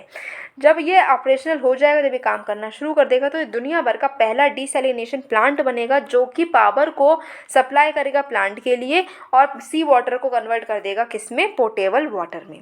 अभी जो डिसैलिनेशन प्लांट्स हैं उनको डीजल जनरेटर से चलाया जाता है, लेकिन ये क्या करेगा, सी वाटर को कन्वर्ट करेगा पोर्टेबल वाटर में और उसकी वजह से पावर को जनरेट करेगा। ठीक है, अब ये प्लांट क्या होते हैं, तो ये एक ऐसी प्रोसेस है जिसमें वार्म सरफेस सी वाटर जो है वो इवेपोरेट किया जाता है लो प्रेशर पे और फिर वेपर को ठंडा किया जाता है, फिर वो कोल्ड वाटर बनता है। कोल्ड वाटर से वेपर को ठंडा कर दिया जाता है। इसको हम कोल्ड वाटर जो है वो ठंडा हो जाता है, वार्म वाटर को ठंडा करता है कोल्ड वाटर, फिर प्रेशर बनता है। इसकी वजह से जो वार्म वाटर हम ये कन्वेंशनल जो हम करंट्स पढ़ते हैं ना कि यहाँ पर जो गर्म पानी ऊपर उठा फिर क्या होता है ठंडा पानी जो है या फिर ठंडा जो टेम्परेचर उसकी वजह से ये कंडेंस हो गया फिर नीचे आ गया। तो इस तरीके से यही चीज़ इसमें भी यूज़ हो रही है। जो कंडेंस वाटर होगा, अब जो यहाँ से पानी उठा, यहाँ पर इसमें पानी जो वेपर बने हैं, वेपर क्या होगा, वेपर में से सॉल्ट चला गया, तो कंडेंसेशन होके जो पानी वापस आएगा वो क्या होगा, प्योर होगा, फ्री ऑफ सॉल्ट होगा। इस चीज़ का इसमें यूज़ किया गया है। अब national institute of ocean technology क्या है, तो ये 1993 में इस्टेब्लिश हुआ ऑटोनोमस सोसाइटी के तरीके से। ये मिनिस्ट्री ऑफ अर्थ साइंस के अंडर आता है जो कि रिलायबल इंडिजीनियस टेक्नोलॉजीज़ को बनाता है, अलग अलग हमारे जो नॉन लिविंग और लिविंग रिसोर्सेज का यूज़ करते हुए ये कई सारी टेक्नोलॉजीज बना रहा है, जो कि डीप ओशन मिशन जो हमने पढ़ी थी PT 365 में अपनी, उसको उस मिशन को ये कई सारी टेक्नोलॉजीज प्रोवाइड करेगा। यहाँ पर क्या है, जो इसकी बात अगर हम करें तो ऑटोनोमस बॉडी है मिनिस्ट्री ऑफ अर्थ साइंस की। इसकी रिस्पॉन्सिबिलिटीज़ की बात करें तो डिज़ाइन करेगा, डेवलप करेगा, डिमॉन्स्ट्रेशन भी करेगा और कमीशन भी बनाएगा। अब क्या है, डीजल पावर जो पंप्स थे उनकी जगह पर अब ये LTD जो प्लांट्स है उसका यूज़ किया जाएगा और पानी जो है सी वाटर जो खारा पानी है उसको हम प्योर भी बनाएंगे, साथ ही साथ पावर भी बन जाएगी। इससे कोई केमिकल और पोस्ट ट्रीटमेंट की जरूरत नहीं होगी सी वाटर की, और ये पॉल्यूशन की प्रॉब्लम भी ख़त्म हो जाएगी। दूसरी इंपॉर्टेंट न्यूज़ की अगर हम बात करें तो दोहा प्रोग्राम ऑफ एक्शन की बात करते हैं। तो अभी 5th UN conference on least developed countries जो है वो हुई थी और इसके साथ ही साथ दोहा पॉलिटिकल डिक्लेरेशन जो है वो आ गया, उसको अडॉप्ट किया गया। ये 10 साल का प्लान है जिसमें वर्ल्ड की 46 मोस्ट वल्नरेबल कंट्रीज जो हैं उनको सस्टेनेबल डेवलपमेंट ट्रैक पर लेकर आया जाएगा। वो जो गोल्स अचीव नहीं कर पा रही अब उनको फिर से कहा जाएगा कि अपने गोल्स अचीव करो, उनकी हेल्प की जाएगी। Indian renewable energy development agency IREDA, ठीक है, कैबिनेट ने अभी IREDA की लिस्टिंग जो है अप्रूव कर दी है स्टॉक एक्सचेंज में। ठीक है, ये जो है इससे कुछ कैपिटल रिक्वायरमेंट जो है IREDA की वो फुलफिल हो जाएगी। ये wholly owned government of India की मिनी रत्न अभी कंपनी है, ठीक है, जो कि नॉन बैंकिंग फाइनेंशियल कंपनी के तरीके से अभी रजिस्टर्ड है। फिर international day of zero waste, तो पहली बार ऐसा हुआ है कि international day of zero waste जो है वो ऑब्जर्व किया गया, जिससे कि हर कोई जो है कम से कम कूड़ा कचरा करे, वेस्ट को कम से कम कर सके और सर्कुलर इकोनॉमी की तरफ शिफ्ट हो जाए। जीरो वेस्ट अप्रोच जो है इसमें रेस्पॉन्सिबल प्रोडक्शन, कंजम्पशन और डिस्पोजल किया जाता है प्रोडक्ट्स का। यूनाइटेड नेशन जनरल असेंबली ने इस रेजोल्यूशन को 2022 में अडॉप्ट किया था, जिसमें 30 मार्च को हम क्या करेंगे, international day of zero waste को ऑब्जर्व किया करेंगे। मिशन 50 के EV4ECO, ठीक है, ये क्या है, तो सिडबी ने लॉन्च किया है मिशन 50 के EV4ECO। ये क्या है, तो मिशन का एम है कि इलेक्ट्रिक व्हीकल इकोसिस्टम को और ज़्यादा स्ट्रेंथन करेंगे। MSMEs की हेल्प भी की जाएगी, उनको लैंडिंग भी प्रोवाइड की जाएगी, फंड प्रोवाइड किए जाएंगे। मिनिस्ट्री ऑफ फाइनेंस के अंडर ये काम कर रही है सिडबी हमारी जो है, ठीक है। Millets and other ancient grains international research initiative, जिसको हम महाऋषि भी बोल रहे हैं। तो महाऋषि किससे रिलेटेड है, मिलेट्स से, और दूसरे जो ग्रेन्स हैं उससे रिलेटेड है। मिलेट्स कितनी इंपॉर्टेंट है हम सब जानते हैं, हम सब के लिए। नेक्स्ट अब हम जो बात करेंगे वो बात करेंगे ज्योग्राफी से रिलेटेड। भाई इन्वायरमेंट तो पढ़ लिया, अब साथ ही साथ ज्योग्राफी, डिजास्टर, इस सब से रिलेटेड भी बात कर ही लेते हैं। तो ज्योग्राफी और डिजास्टर मैनेजमेंट से रिलेटेड जो पहला टॉपिक है वो है हीट वेव अलर्ट। तो अभी न्यूज़ में क्यों है ये हीट वेव अलर्ट, तो हमारी जो IMD है, इंडियन मेट्रोलॉजिकल डिपार्टमेंट, उसने ऑरेंज अलर्ट जो है वो इशू कर दी है, क्योंकि हाई टेम्परेचर हो गया 3 स्टेट्स में। कहाँ कहाँ हो गया है, वेस्ट बंगाल में, बिहार में और आंध्र प्रदेश में। तो इनको ऑरेंज अलर्ट को इशू किया गया है, और ऐसा क्लेम किया जा रहा है कि 4 और स्टेट्स हैं जहाँ पर हीट वेव कंडीशंस बन जाएंगी। कहाँ कहाँ, सिक्किम, झारखंड, ओडिशा एंड उत्तर प्रदेश। तो ये हीट वेव आखिर है क्या जिसके लिए अलर्ट जो है वो जारी किए जा रहे हैं।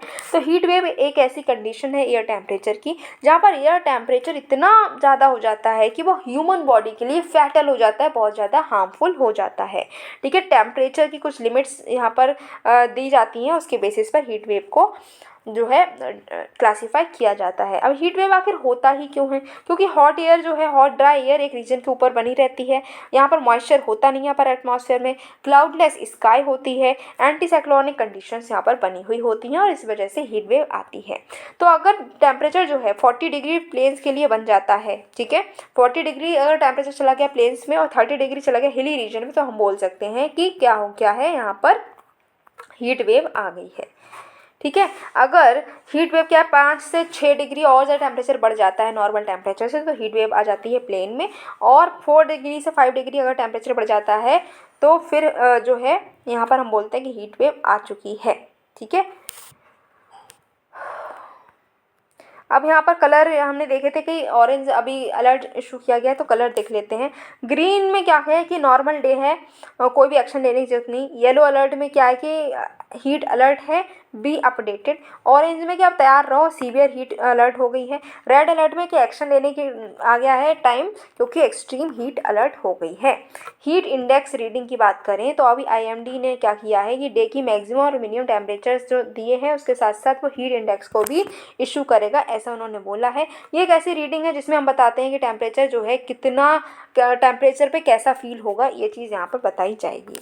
कुछ इंपॉर्टेंट न्यूज़ की अगर हम बात करें तो साउथ अटलांटिक एनोमली, ये क्या है, एक्टिवली मॉनिटर किया जा रहा है। यूएस स्पेस एजेंसी जो नासा है वो इसको एक्टिवली मॉनिटर कर रही है। साउथ अटलांटिक एनोमली क्या है, ये अर्थ की मैग्नेटिक फील्ड में देखने को मिल रहा है। ये एक जाइंट रीजन है जहाँ पर लोअर मैग्नेटिक इंटेंसिटी देखने को मिलती है प्लैनेट के ऊपर जो स्काई है उसमें, ठीक है। साउथ अमेरिका से साउथ वेस्ट अफ्रीका तक ये स्ट्रेच कर रही है, ठीक है।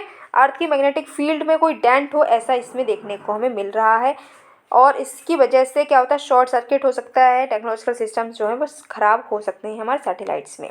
Indian national centre for ocean information services, ठीक है, ये क्या है, तो अभी क्या हुआ है, Indian national centre for ocean information services ने 2 डीप सी ग्लाइडर को अभी डिप्लॉय किया है बे ऑफ बंगाल में, जो कि क्या करेंगे, क्लाइमेट चेंज को स्टडी करेंगे। अब ये क्या है, तो ये एक ऑटोनोमस बॉडी है, 1999 में ये इस्टेब्लिश हुई थी, ठीक है। मिनिस्ट्री ऑफ अर्थ साइंस के अंडर ये काम करती है। ये ओशन से रिलेटेड जितनी भी इंफॉर्मेशन है, जितनी भी रिसर्च करनी है, जितनी भी स्टडी करनी है, वो सब ये कंडक्ट करती है। इसको चेयर करते हैं secretary of the ministry of earth science. Upward lightning and upward flashes, तो ब्राज़ीलियन रिसर्चर्स ने अभी क्या किया है, पिक्चर्स ली हैं अपवर्ड लाइटनिंग की। अपवर्ड लाइटनिंग एक ऐसा फिनोमिना होता है जहाँ पर सेल्फ इनिशिएटेड लाइटनिंग जो है वो अर्थ से, टॉल ऑब्जेक्ट से ऊपर स्काई की तरफ डेवलप हो जाती है। इस तरीके से इलेक्ट्रिसिटी जो है वो जनरेट होने लगती है। लाइटनिंग ऐसे होती है, वैसे तो ऊपर से लाइटनिंग ऐसे आती है, लेकिन इसमें क्या हो रहा है, नीचे से लाइटनिंग ऊपर की तरफ जा रही होती है, इसको अपवर्ड लाइटनिंग कहते हैं। साइक्लोन जो कि अभी न्यूज़ में रहा है, साइक्लोन फ्रेडी जो कि 33 दिन तक एक्टिव है, ठीक है, ये अभी ट्रैक पे आ चुका है, लॉन्गेस्ट लास्टिंग ट्रॉपिकल साइक्लोन ये अपना जो है रिकॉर्ड बना चुका है। करंट रिकॉर्ड जो है वो अभी किसने लिया था, टाइफून जॉन ने, लेकिन ये 31 दिन तक रहा था, ये 33 दिन तक हो गया है साइक्लोन फ्रॉडी। फिर साइक्लोन इल्सा, ये ट्रॉपिकल साइक्लोन है जो कि वेस्टर्न ऑस्ट्रेलिया में देखने को मिला। National platform for disaster risk reduction, ये थर्ड जो national platform for disaster risk reduction, इसको ऑर्गेनाइज किया है मिनिस्ट्री ऑफ होम अफेयर्स ने, एनडीएमए ने, एनडीआरएफ ने, एनआईडीएम ने मिलकर। ठीक है, मेन थीम इसकी क्या थी कि बिल्डिंग लोकल रेजिलियंस इन अ changing climate. Farmer distress index अभी ये आया है। ठीक है, ये एक अर्ली वार्निंग सिस्टम है जो कि आइडेंटिफाई करता है स्ट्रेस को अमंग फार्मर्स। ठीक है, एटलीस्ट 3-4 मंथ जो है एक्चुअल अक्रेंस से पहले ये जो है स्ट्रेस को आइडेंटिफाई करता है। इसको आईकार ने डेवलप किया है, ये नाबार्ड फंडिंग प्रोजेक्ट का एक पार्ट है। फिर है जाइया हाइपोथेसिस, तो जेम्स लवलॉक जो हैं ये एनवायरमेंटल साइंटिस्ट हैं जिन्होंने जाइया इकोलॉजी थ्योरी को बनाया, जो कि पास अवे हो चुके हैं अब। ठीक है, इसमें क्या है कि इनने ये बोला कि जितने भी ऑर्गेनिज्म हैं और उनकी जो इनऑर्गेनिक सराउंडिंग है अर्थ पर, वो क्लोजली एक दूसरे से जुड़ी हुई है। अब कुछ प्लेसेस हैं जो कि न्यूज़ में हैं, तो पहले इंडिया के प्लेसेस देखते हैं कि कौन कौन से प्लेसेस अभी न्यूज़ में रहे हैं। तो सबसे पहले जो प्लेस न्यूज़ में है वो है जोजिला टनल। ठीक है, ये कनेक्टिविटी प्रोवाइड करेगा कश्मीर वैली से लद्दाख के लिए पूरी साल भर। ठीक है, रिवर हिंडौन जो है रिवर यमुना का एक ट्रिब्यूटरी है जो न्यूज़ में रहा। नीरू रिवर जो है ये भी न्यूज़ में रही क्योंकि यूरेशियन ऑटर्स जो हैं वो देखने को मिले हैं चेनाब कैचमेंट में, ये कैलाश लेक से ओरिजिनेट होती है। रिवर क्यूल जो है ये गंगा की एक ट्रिब्यूटरी है जो न्यूज़ में रही। रिवर क्षिप्रा जो है ये ट्रिब्यूटरी है यमुना की। इंदौर इंडिया का लार्जेस्ट बायो सीएनजी प्लांट जो है इंदौर में अभी बना है। सांची जो है ये कंट्री की पहली सोलर एरिया बन चुका है। पुलिकैट लेक जो है ये 6 साल के बाद में यहाँ पर फ्लेमिंगोज जो हैं वो वापस आ रहे हैं पुलिकैट लेक में। ये रामसर साइट है और second largest brackish water lake भी है। हुसैन सागर जो कि हैदराबाद में है, ये इशू फेस कर रहा है पोल्यूशन का। पेन्नायर रिवर जो है जिसको पोन्नायर भी बोलते हैं, टाइम लिमिट जो है वो फिक्स कर दी है सुप्रीम कोर्ट ने कि इंटरस्टेट जो रिवर वाटर डिस्प्यूट है वो सॉल्व अप हो जाना चाहिए। अब कुछ प्लेसेस जो कि इंटरनेशनल प्लेसेस हैं जो कि न्यूज़ में रही, तो गैलापागोस आइलैंड अभी ये न्यूज़ में रहे हैं। ठीक है, पेरू अभी यहाँ पर बहुत ज़्यादा बड़ा अर्थक्वेक आया था। चिले यहाँ पर नया कॉन्स्टिट्यूशन बनाया गया है जो कि क्लाइमेट इमरजेंसी के बाद में आया है। इक्वाडोर यहाँ पर बहुत बड़ा एक अर्थक्वेक देखने को मिला। इंडोनेशिया ठीक है, ये जो है अपनी कैपिटल जकार्ता से ईस्ट कलिमंटन में जो है शिफ्ट कर रहा है। मैक्वेरी आइलैंड जो ऑस्ट्रेलिया में है, यहाँ पर तस्मानिया जो है वो ग्रेटर प्रोटेक्शन दे रहा है मैक्वेरी आइलैंड को। मैकोंग रिवर जो है ये इसमें 4 साल हो चुके हैं और सूखा पड़ चुका है। रिपोर्ट इंडाइसिस जो कि न्यूज़ में रही, तो AR6 synthesis report climate change 2023 इसको रिलीज़ किया है IPCC ने। ये जो मेन फाइंडिंग हमारी जो AR6 की थी 6 असेसमेंट रिपोर्ट की, उसकी फाइंडिंग को ये कंसोलिडेट कर रहा है। 3 स्पेशल रिपोर्ट जो थी उनकी भी जो फाइंडिंग थी उन सबको ये कंसोलिडेट करके सिंथेसिस रिपोर्ट तैयार की गई है। इसमें बताया गया है कि एक्सेस एमिशंस हो रहे हैं वो ह्यूमन एक्टिविटीज़ की वजह से हो रहे हैं, जिसकी वजह से टेम्परेचर बढ़ रहा है। NDC जो है वो अभी वार्निंग दी गई है कि हम 1.5 डिग्री सेल्सियस तो बढ़कर ही रहेगा, NDC अचीव भी हो जाए तब भी। ठीक है, फिर है CO2 एमिशंस इन 2022 की एक रिपोर्ट जिसको इंटरनेशनल एनर्जी एजेंसी ने रिलीज़ किया है। रिपोर्ट जो है इसमें जो है global energy transition stock take की बात की गई है जो कि पेरिस एग्रीमेंट की तरफ प्रोग्रेस को ट्रैक करता हुआ नज़र आ रहा है। यहाँ पर ग्लोबल एनर्जी रिलेटेड जो CO2 एमिशंस हैं वो 0.9% से ग्रो होती हुई नज़र आई हैं, ऐसा इस रिपोर्ट में बताया गया है। एमिशंस जो है वो ऑयल से भी ग्रो हुई हैं, जितनी कोल से ग्रो नहीं हुई उतनी ज़्यादा ऑयल से एमिशंस ग्रो हुई हैं, ऐसा भी इन्होंने बोला। रिन्यूएबल जो है 90% लास्ट ईयर की ग्लोबल जो ग्रोथ है इलेक्ट्रिसिटी में वो रिन्यूएबल से मैच की गई है। इंटरनेशनल एनर्जी एजेंसी जिसने ये रिपोर्ट रिलीज़ की है उसके बारे में जानते हैं। हेडक्वार्टर इसका पेरिस फ्रांस में है। ये 1973 से 74 में जब ऑयल क्राइसिस हुए थे तब ये बनी थी 1974 में, जो कि एनर्जी से रिलेटेड काम करती है। इंडिया ने इसको एसोसिएट मेंबर की तरह इसको 2017 में ज्वाइन किया और अभी इसको इन्वाइट किया जा रहा है, इंडिया को इन्वाइट किया जा रहा है कि इंडिया इसका फुल टाइम मेंबर बन जाए। ठीक है, इंडिया को फुल टाइम मेंबर के लिए भी इनवाइट किया गया था। ये वर्ल्ड एनर्जी आउटलुक और ऑयल मार्केट रिपोर्ट जैसी रिपोर्ट्स को ये जो है लॉन्च करती है। वर्ल्ड एनर्जी ट्रांजिशन आउटलुक 2023 की बात करें तो इसको international renewable energy agency release करती है। इसमें बताया गया कि अभी जो प्लेजेस और प्लान्स हैं वो इरेना के जो 1.5 डिग्री सेल्सियस टेम्परेचर का पाथवे था उससे कम पड़ गए हैं, हमें और ज़्यादा काम करने की ज़रूरत है। यहाँ पर इरेना की बात करें तो ये क्या है, ये इंटरनेशनल रिन्यूएबल एनर्जी एजेंसी है जिसका हेडक्वार्टर वॉन जर्मनी में है। ये एक इंटर गवर्नमेंटल ऑर्गेनाइजेशन है जो कि वॉन जर्मनी में 2009 में बनी थी। ये क्या करती है, सस्टेनेबल यूज़ ऑफ जितनी भी रिन्यूएबल एनर्जी है उसके सस्टेनेबल यूज़ पर काम करती है। 168 इसके मेंबर्स हैं जिसमें 167 तो कंट्रीज़ हैं, एक यूरोपियन यूनियन है। क्या इंडिया इसका मेंबर है? हाँ जी, हम भी इसके मेंबर हैं। Gross domestic climate risk report जिसको रिलीज़ किया है क्रॉस डिपेंडेंसी इनिशिएटिव ने, ठीक है। इन्होंने बताया कि अर्थ का जो क्लाइमेट है वो परमानेंट चेंज इसमें हो सकता है क्योंकि डेंजरस फीडबैक लूप्स हो रहे हैं, इसकी वजह से अर्थ का क्लाइमेट परमानेंटली चेंज हो सकता है। पार्लियामेंट्री स्टैंडिंग कमेटी रिपोर्ट आई है ग्लेशियर मैनेजमेंट को लेकर हमारी कंट्री में। तो ग्लेशियर्स बहुत इंपॉर्टेंट हैं हमारी हाइड्रोलॉजिकल साइकिल्स के लिए, राइट। 3 जो हमारी रिवर सिस्टम है, इंदस, गंगा, ब्रह्मपुत्र, ये ग्लेशियर का वाटर ही लेकर आती हैं। तो इनका पानी कहाँ से आ रहा है? ग्लेशियर से ही आ रहा है। इसीलिए हमें चाहिए कि इनको हमें बचाना होगा। हिंदू कुश हिमालयन रीजन है उसको हम वाटर टावर्स ऑफ एशिया भी बोलते हैं। हिमालयन माउंटेन्स जो है इनको हम थर्ड पोल भी बोलते हैं। तो मेजॉरिटी ऑफ हिमालयन ग्लेशियर्स है वो मेल्ट हो रही हैं, ठीक है। ये काफ़ी ज़्यादा हमारे लिए दुख की बात है और हमें ये बचाना पड़ेगा, कैसे भी करके कोशिश करनी ही पड़ेगी, मेहनत करनी ही पड़ेगी। ग्लेशियर्स मेल्ट हो जाएंगे तो इससे होगा क्या कि जो हमारा सी लेवल राइज होगा, ओशन एसिडिफिकेशन होगा और बहुत सारी प्रॉब्लम्स भी होंगी जिससे हम सबको बचना है। फिर है striving for clean air pollution and public health in south Asia report, इसको वर्ल्ड बैंक ने रिलीज़ किया है। रिपोर्ट जो है green house gas and air pollution interaction and synergy model जो है उसका यूज़ करती है, जिसमें पार्टिकुलेट मैटर इमिशन जो है उसको क्वांटिफाई कर रही है और देख रही है वो कैसे एटमॉस्फेयर में फैलते हैं। नेक्स्ट है वर्ल्ड एयर क्वालिटी रिपोर्ट जिसको Swiss air quality technology company IQ year ने रिलीज़ किया है। इन्होंने बताया कि जो एनुअल एवरेज PM 2.5 लेवल है वो 5 जो ग्राम है उससे कम होना चाहिए, ठीक है। और दिल्ली जो है 4th लिस्ट पे आ चुकी है जहाँ पर यहाँ ये जो PM 2.5 लेवल है वो बहुत ज़्यादा हाई मिले हैं और एयर क्वालिटी सबसे बुरी जो है वो उसमें हम 8th रैंक पे आ रहे हैं। तो ज़्यादा दूर नहीं है, 131 कंट्रीज़ की अगर हमने एनालिसिस की तो उसमें 8th रैंक हमारी ही आई है जहाँ की एयर क्वालिटी बहुत बुरी है। Reuse of treated waste water in India report, इसको रिलीज़ किया है council on energy environment and water ने। ये एक not for profit policy research institution है, ठीक है। इन्होंने कहा कि market value of total available जितनी हमारी जो ट्रीटेड वेस्ट वाटर है इसकी मार्केट वैल्यू है 630 मिलियन रुपीज़, ठीक है।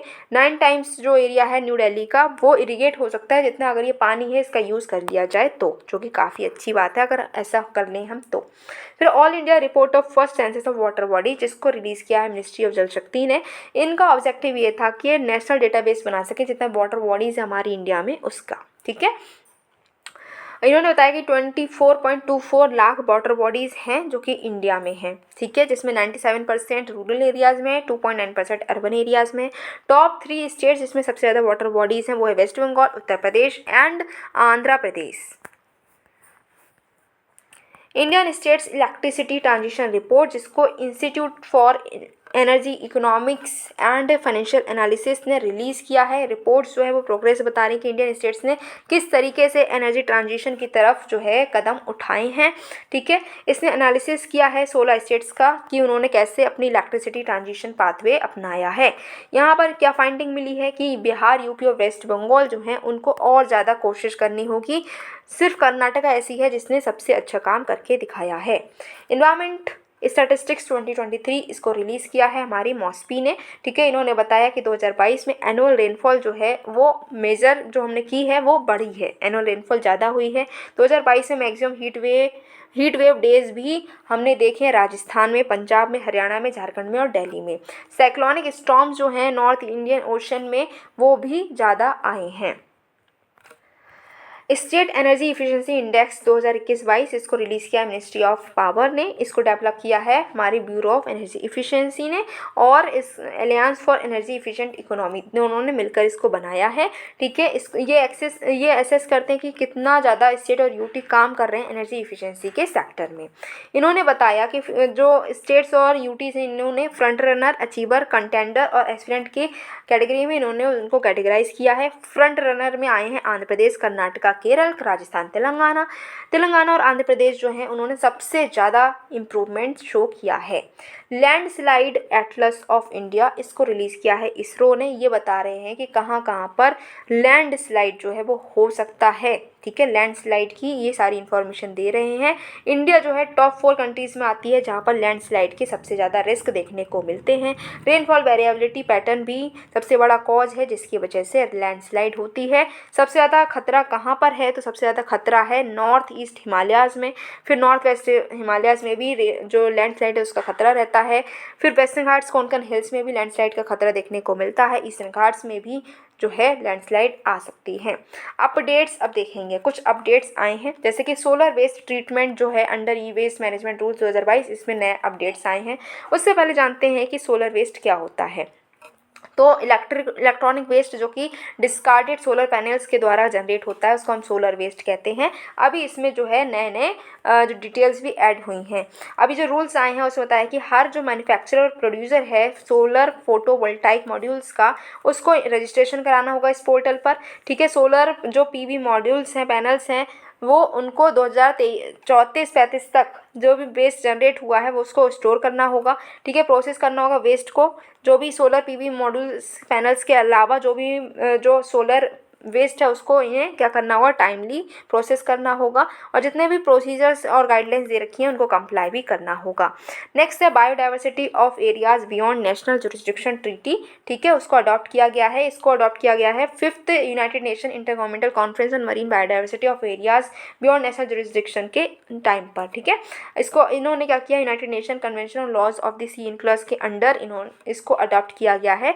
जिसको ये जो इशू है कि इसको हमें कंजर्व करना मरीन बायोडाइवर्सिटी को, जो कि हमारे जुरिस्डिक्शन के भी बियॉन्ड है, ये इशू जो है 2012 में रेस किया गया था। 2017 में हमने एक रिजोल्यूशन भी पास किया, 2018 में एक कॉन्फ्रेंस भी हुई थी। अब ये अडॉप्ट हो चुका है जो कि लीगली बाइंडिंग है। 60 कंट्रीज़ ने इसको ऑलरेडी रेटिफाई भी कर लिया। जब 60 कंट्रीज इसको रेटिफाई कर लेंगी तब ये फोर्स में आएगा। अभी बस साइन हो चुका है, अडॉप्ट हो चुका है। ठीक है, सिग्निफिकेंस क्या है हाई सीज़ की, तो aesthetic, scientific, cultural services provide करता है। बर्ड का 60% जो ओशन एरिया है वो इसी में आता है। 2.7 लाख नॉन स्पीसीज यहीं पर मिलती हैं। क्लाइमेट को रेगुलेट करता है, ऑक्सीजन प्रोवाइड करता है, कार्बन डाइऑक्साइड जो है उसको सोक कर लेता है, सी फूड भी प्रोवाइड करता है और बहुत सारी चीज़ें प्रोवाइड करता है। इनक्लॉस एक ऐसा लॉ है जो कि सी वाटर को, जो ओशन वाटर है उससे रिलेटेड जितने भी हमारे केसेस हैं उसको सॉल्व कैसे किया जाता है इनक्लॉस से। ये एक ऐसा लॉ है जो ओशियन को गवर्न करता हुआ नजर आता है। हेडक्वार्टर इसका जर्मनी में है। ड्राफ्ट हाई सी ट्रीटीज़ की बात करें तो ये कंजर्वेशन और सस्टेनेबल करना चाहता है मरीन एरिया का, जो कि हमारे जुरिस्डिक्शन से बाहर हैं।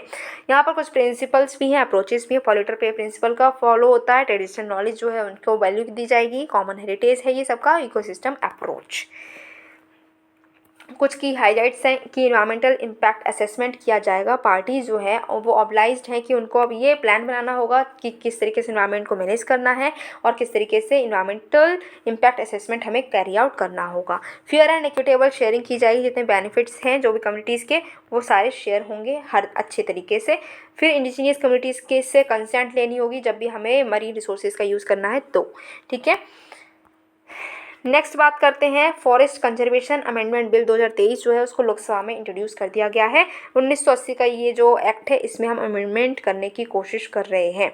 ठीक है, यहाँ पर नए डेवलपमेंट जो है उसको एड्रेस किया जाएगा कि किस तरीके से हम क्लाइमेट चेंज को के इम्पैक्ट को मिटिगेट कर पाएंगे, नेट जीरो तक कैसे पहुँच पाएंगे, फॉरेस्ट कार्बन स्टॉक कैसे हम बढ़ा पाएंगे। ठीक है, साथ ही साथ में हम ट्रैक करेंगे स्ट्रेटजिक और सिक्योरिटी रिलेटेड प्रोजेक्ट्स को। एप्लीकेबिलिटी एंड नॉन एप्लीकेबिलिटी जो है इन रूल्स की कैसे लगेगी इसको भी हम एक्सटेंड करने की कोशिश कर रहे हैं। क्लैरिफाई कर रहे हैं एप्लीकेबिलिटी कुछ लैंड्स पर। ठीक है, fast track strategic related project जो हैं उनको एग्जाम कर दिया जाएगा इस एक्ट के परव्यू से। अब है नई बायोडाइवर्सिटी हेरिटेज साइट्स। ठीक है, फिर अब इसमें है गंधा मर्धन हिल। ठीक है, उड़ीसा सरकार ने गंगामर्दन हिल जो है बारगढ़ बलांगीर डिस्ट्रिक्ट में, इसको बायोडाइवर्सिटी हेरिटेज साइट के तरीके से घोषित कर दिया है। इसको ट्रेजर ट्रोव और मेडिसिनल प्लांट भी बोलते हैं, आयुर्वेदिक पैराडाइज भी बोलते हैं उड़ीसा का। यहाँ पर 2 हिस्टोरिकल मॉन्यूमेंट्स भी हैं, नरसिंहगढ़ टेम्पल है और हरिशंकर टेम्पल भी यहाँ पर देखने को मिलता है। क्रॉनिकल्स में ह्यून सेंग ने इसको एक हिल श्राइन भी डिस्क्राइब किया था। फिर है वेस्ट बंगाल जो है, उसने 4 नए बायोडाइवर्सिटी हेरिटेज साइट जो हैं वो नोटिफाई किए हैं। 4 Balidanga state horticulture research development station campus जो है देपारा में, ये जो है बायोडाइवर्सिटी हेरिटेज साइट बना दिए गए हैं। सुप्रीम कोर्ट ने मॉडिफाई किए हैं order on eco sensitive zones around protected forest. ठीक है, मॉडिफाई करा है। इसका जो जून का ऑर्डर था कि मिनिमम 1 किलोमीटर का एरिया जो है, जो हमारे प्रोटेक्टेड फॉरेस्ट है, वो हमें इको सेंसिटिव जोन बना देने चाहिए। अब इसको इन्होंने मॉडिफाई कर दिया है। ठीक है, इन्होंने अब क्या बोला है कि जो 2022 का ऑर्डर है वो अप्लाई नहीं होगा उन ESZs पे जिनका ड्राफ्ट और फाइनल नोटिफिकेशन अभी इशू किया है मिनिस्ट्री ऑफ इन्वायरमेंट ने। ठीक है, ministry of environment, forest and climate change ने, जिनको प्रपोजल्स मिले हैं मिनिस्ट्री के द्वारा। जहाँ पर नेशनल पार्क सेंचुरी जो है वो इंटर स्टेट बॉर्डर्स पे हैं, वहाँ पर भी 1 किलोमीटर वाला जो हमारा ऑर्डर है वो नहीं लगेगा।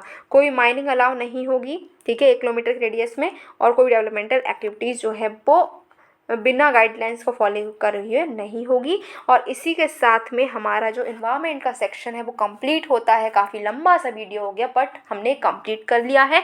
आई होप अब आपको कॉन्फिडेंस आ गया होगा कि इन्वायरमेंट से रिलेटेड कोई भी क्वेश्चन आ जाए हम उसको टैकल कर पाएंगे।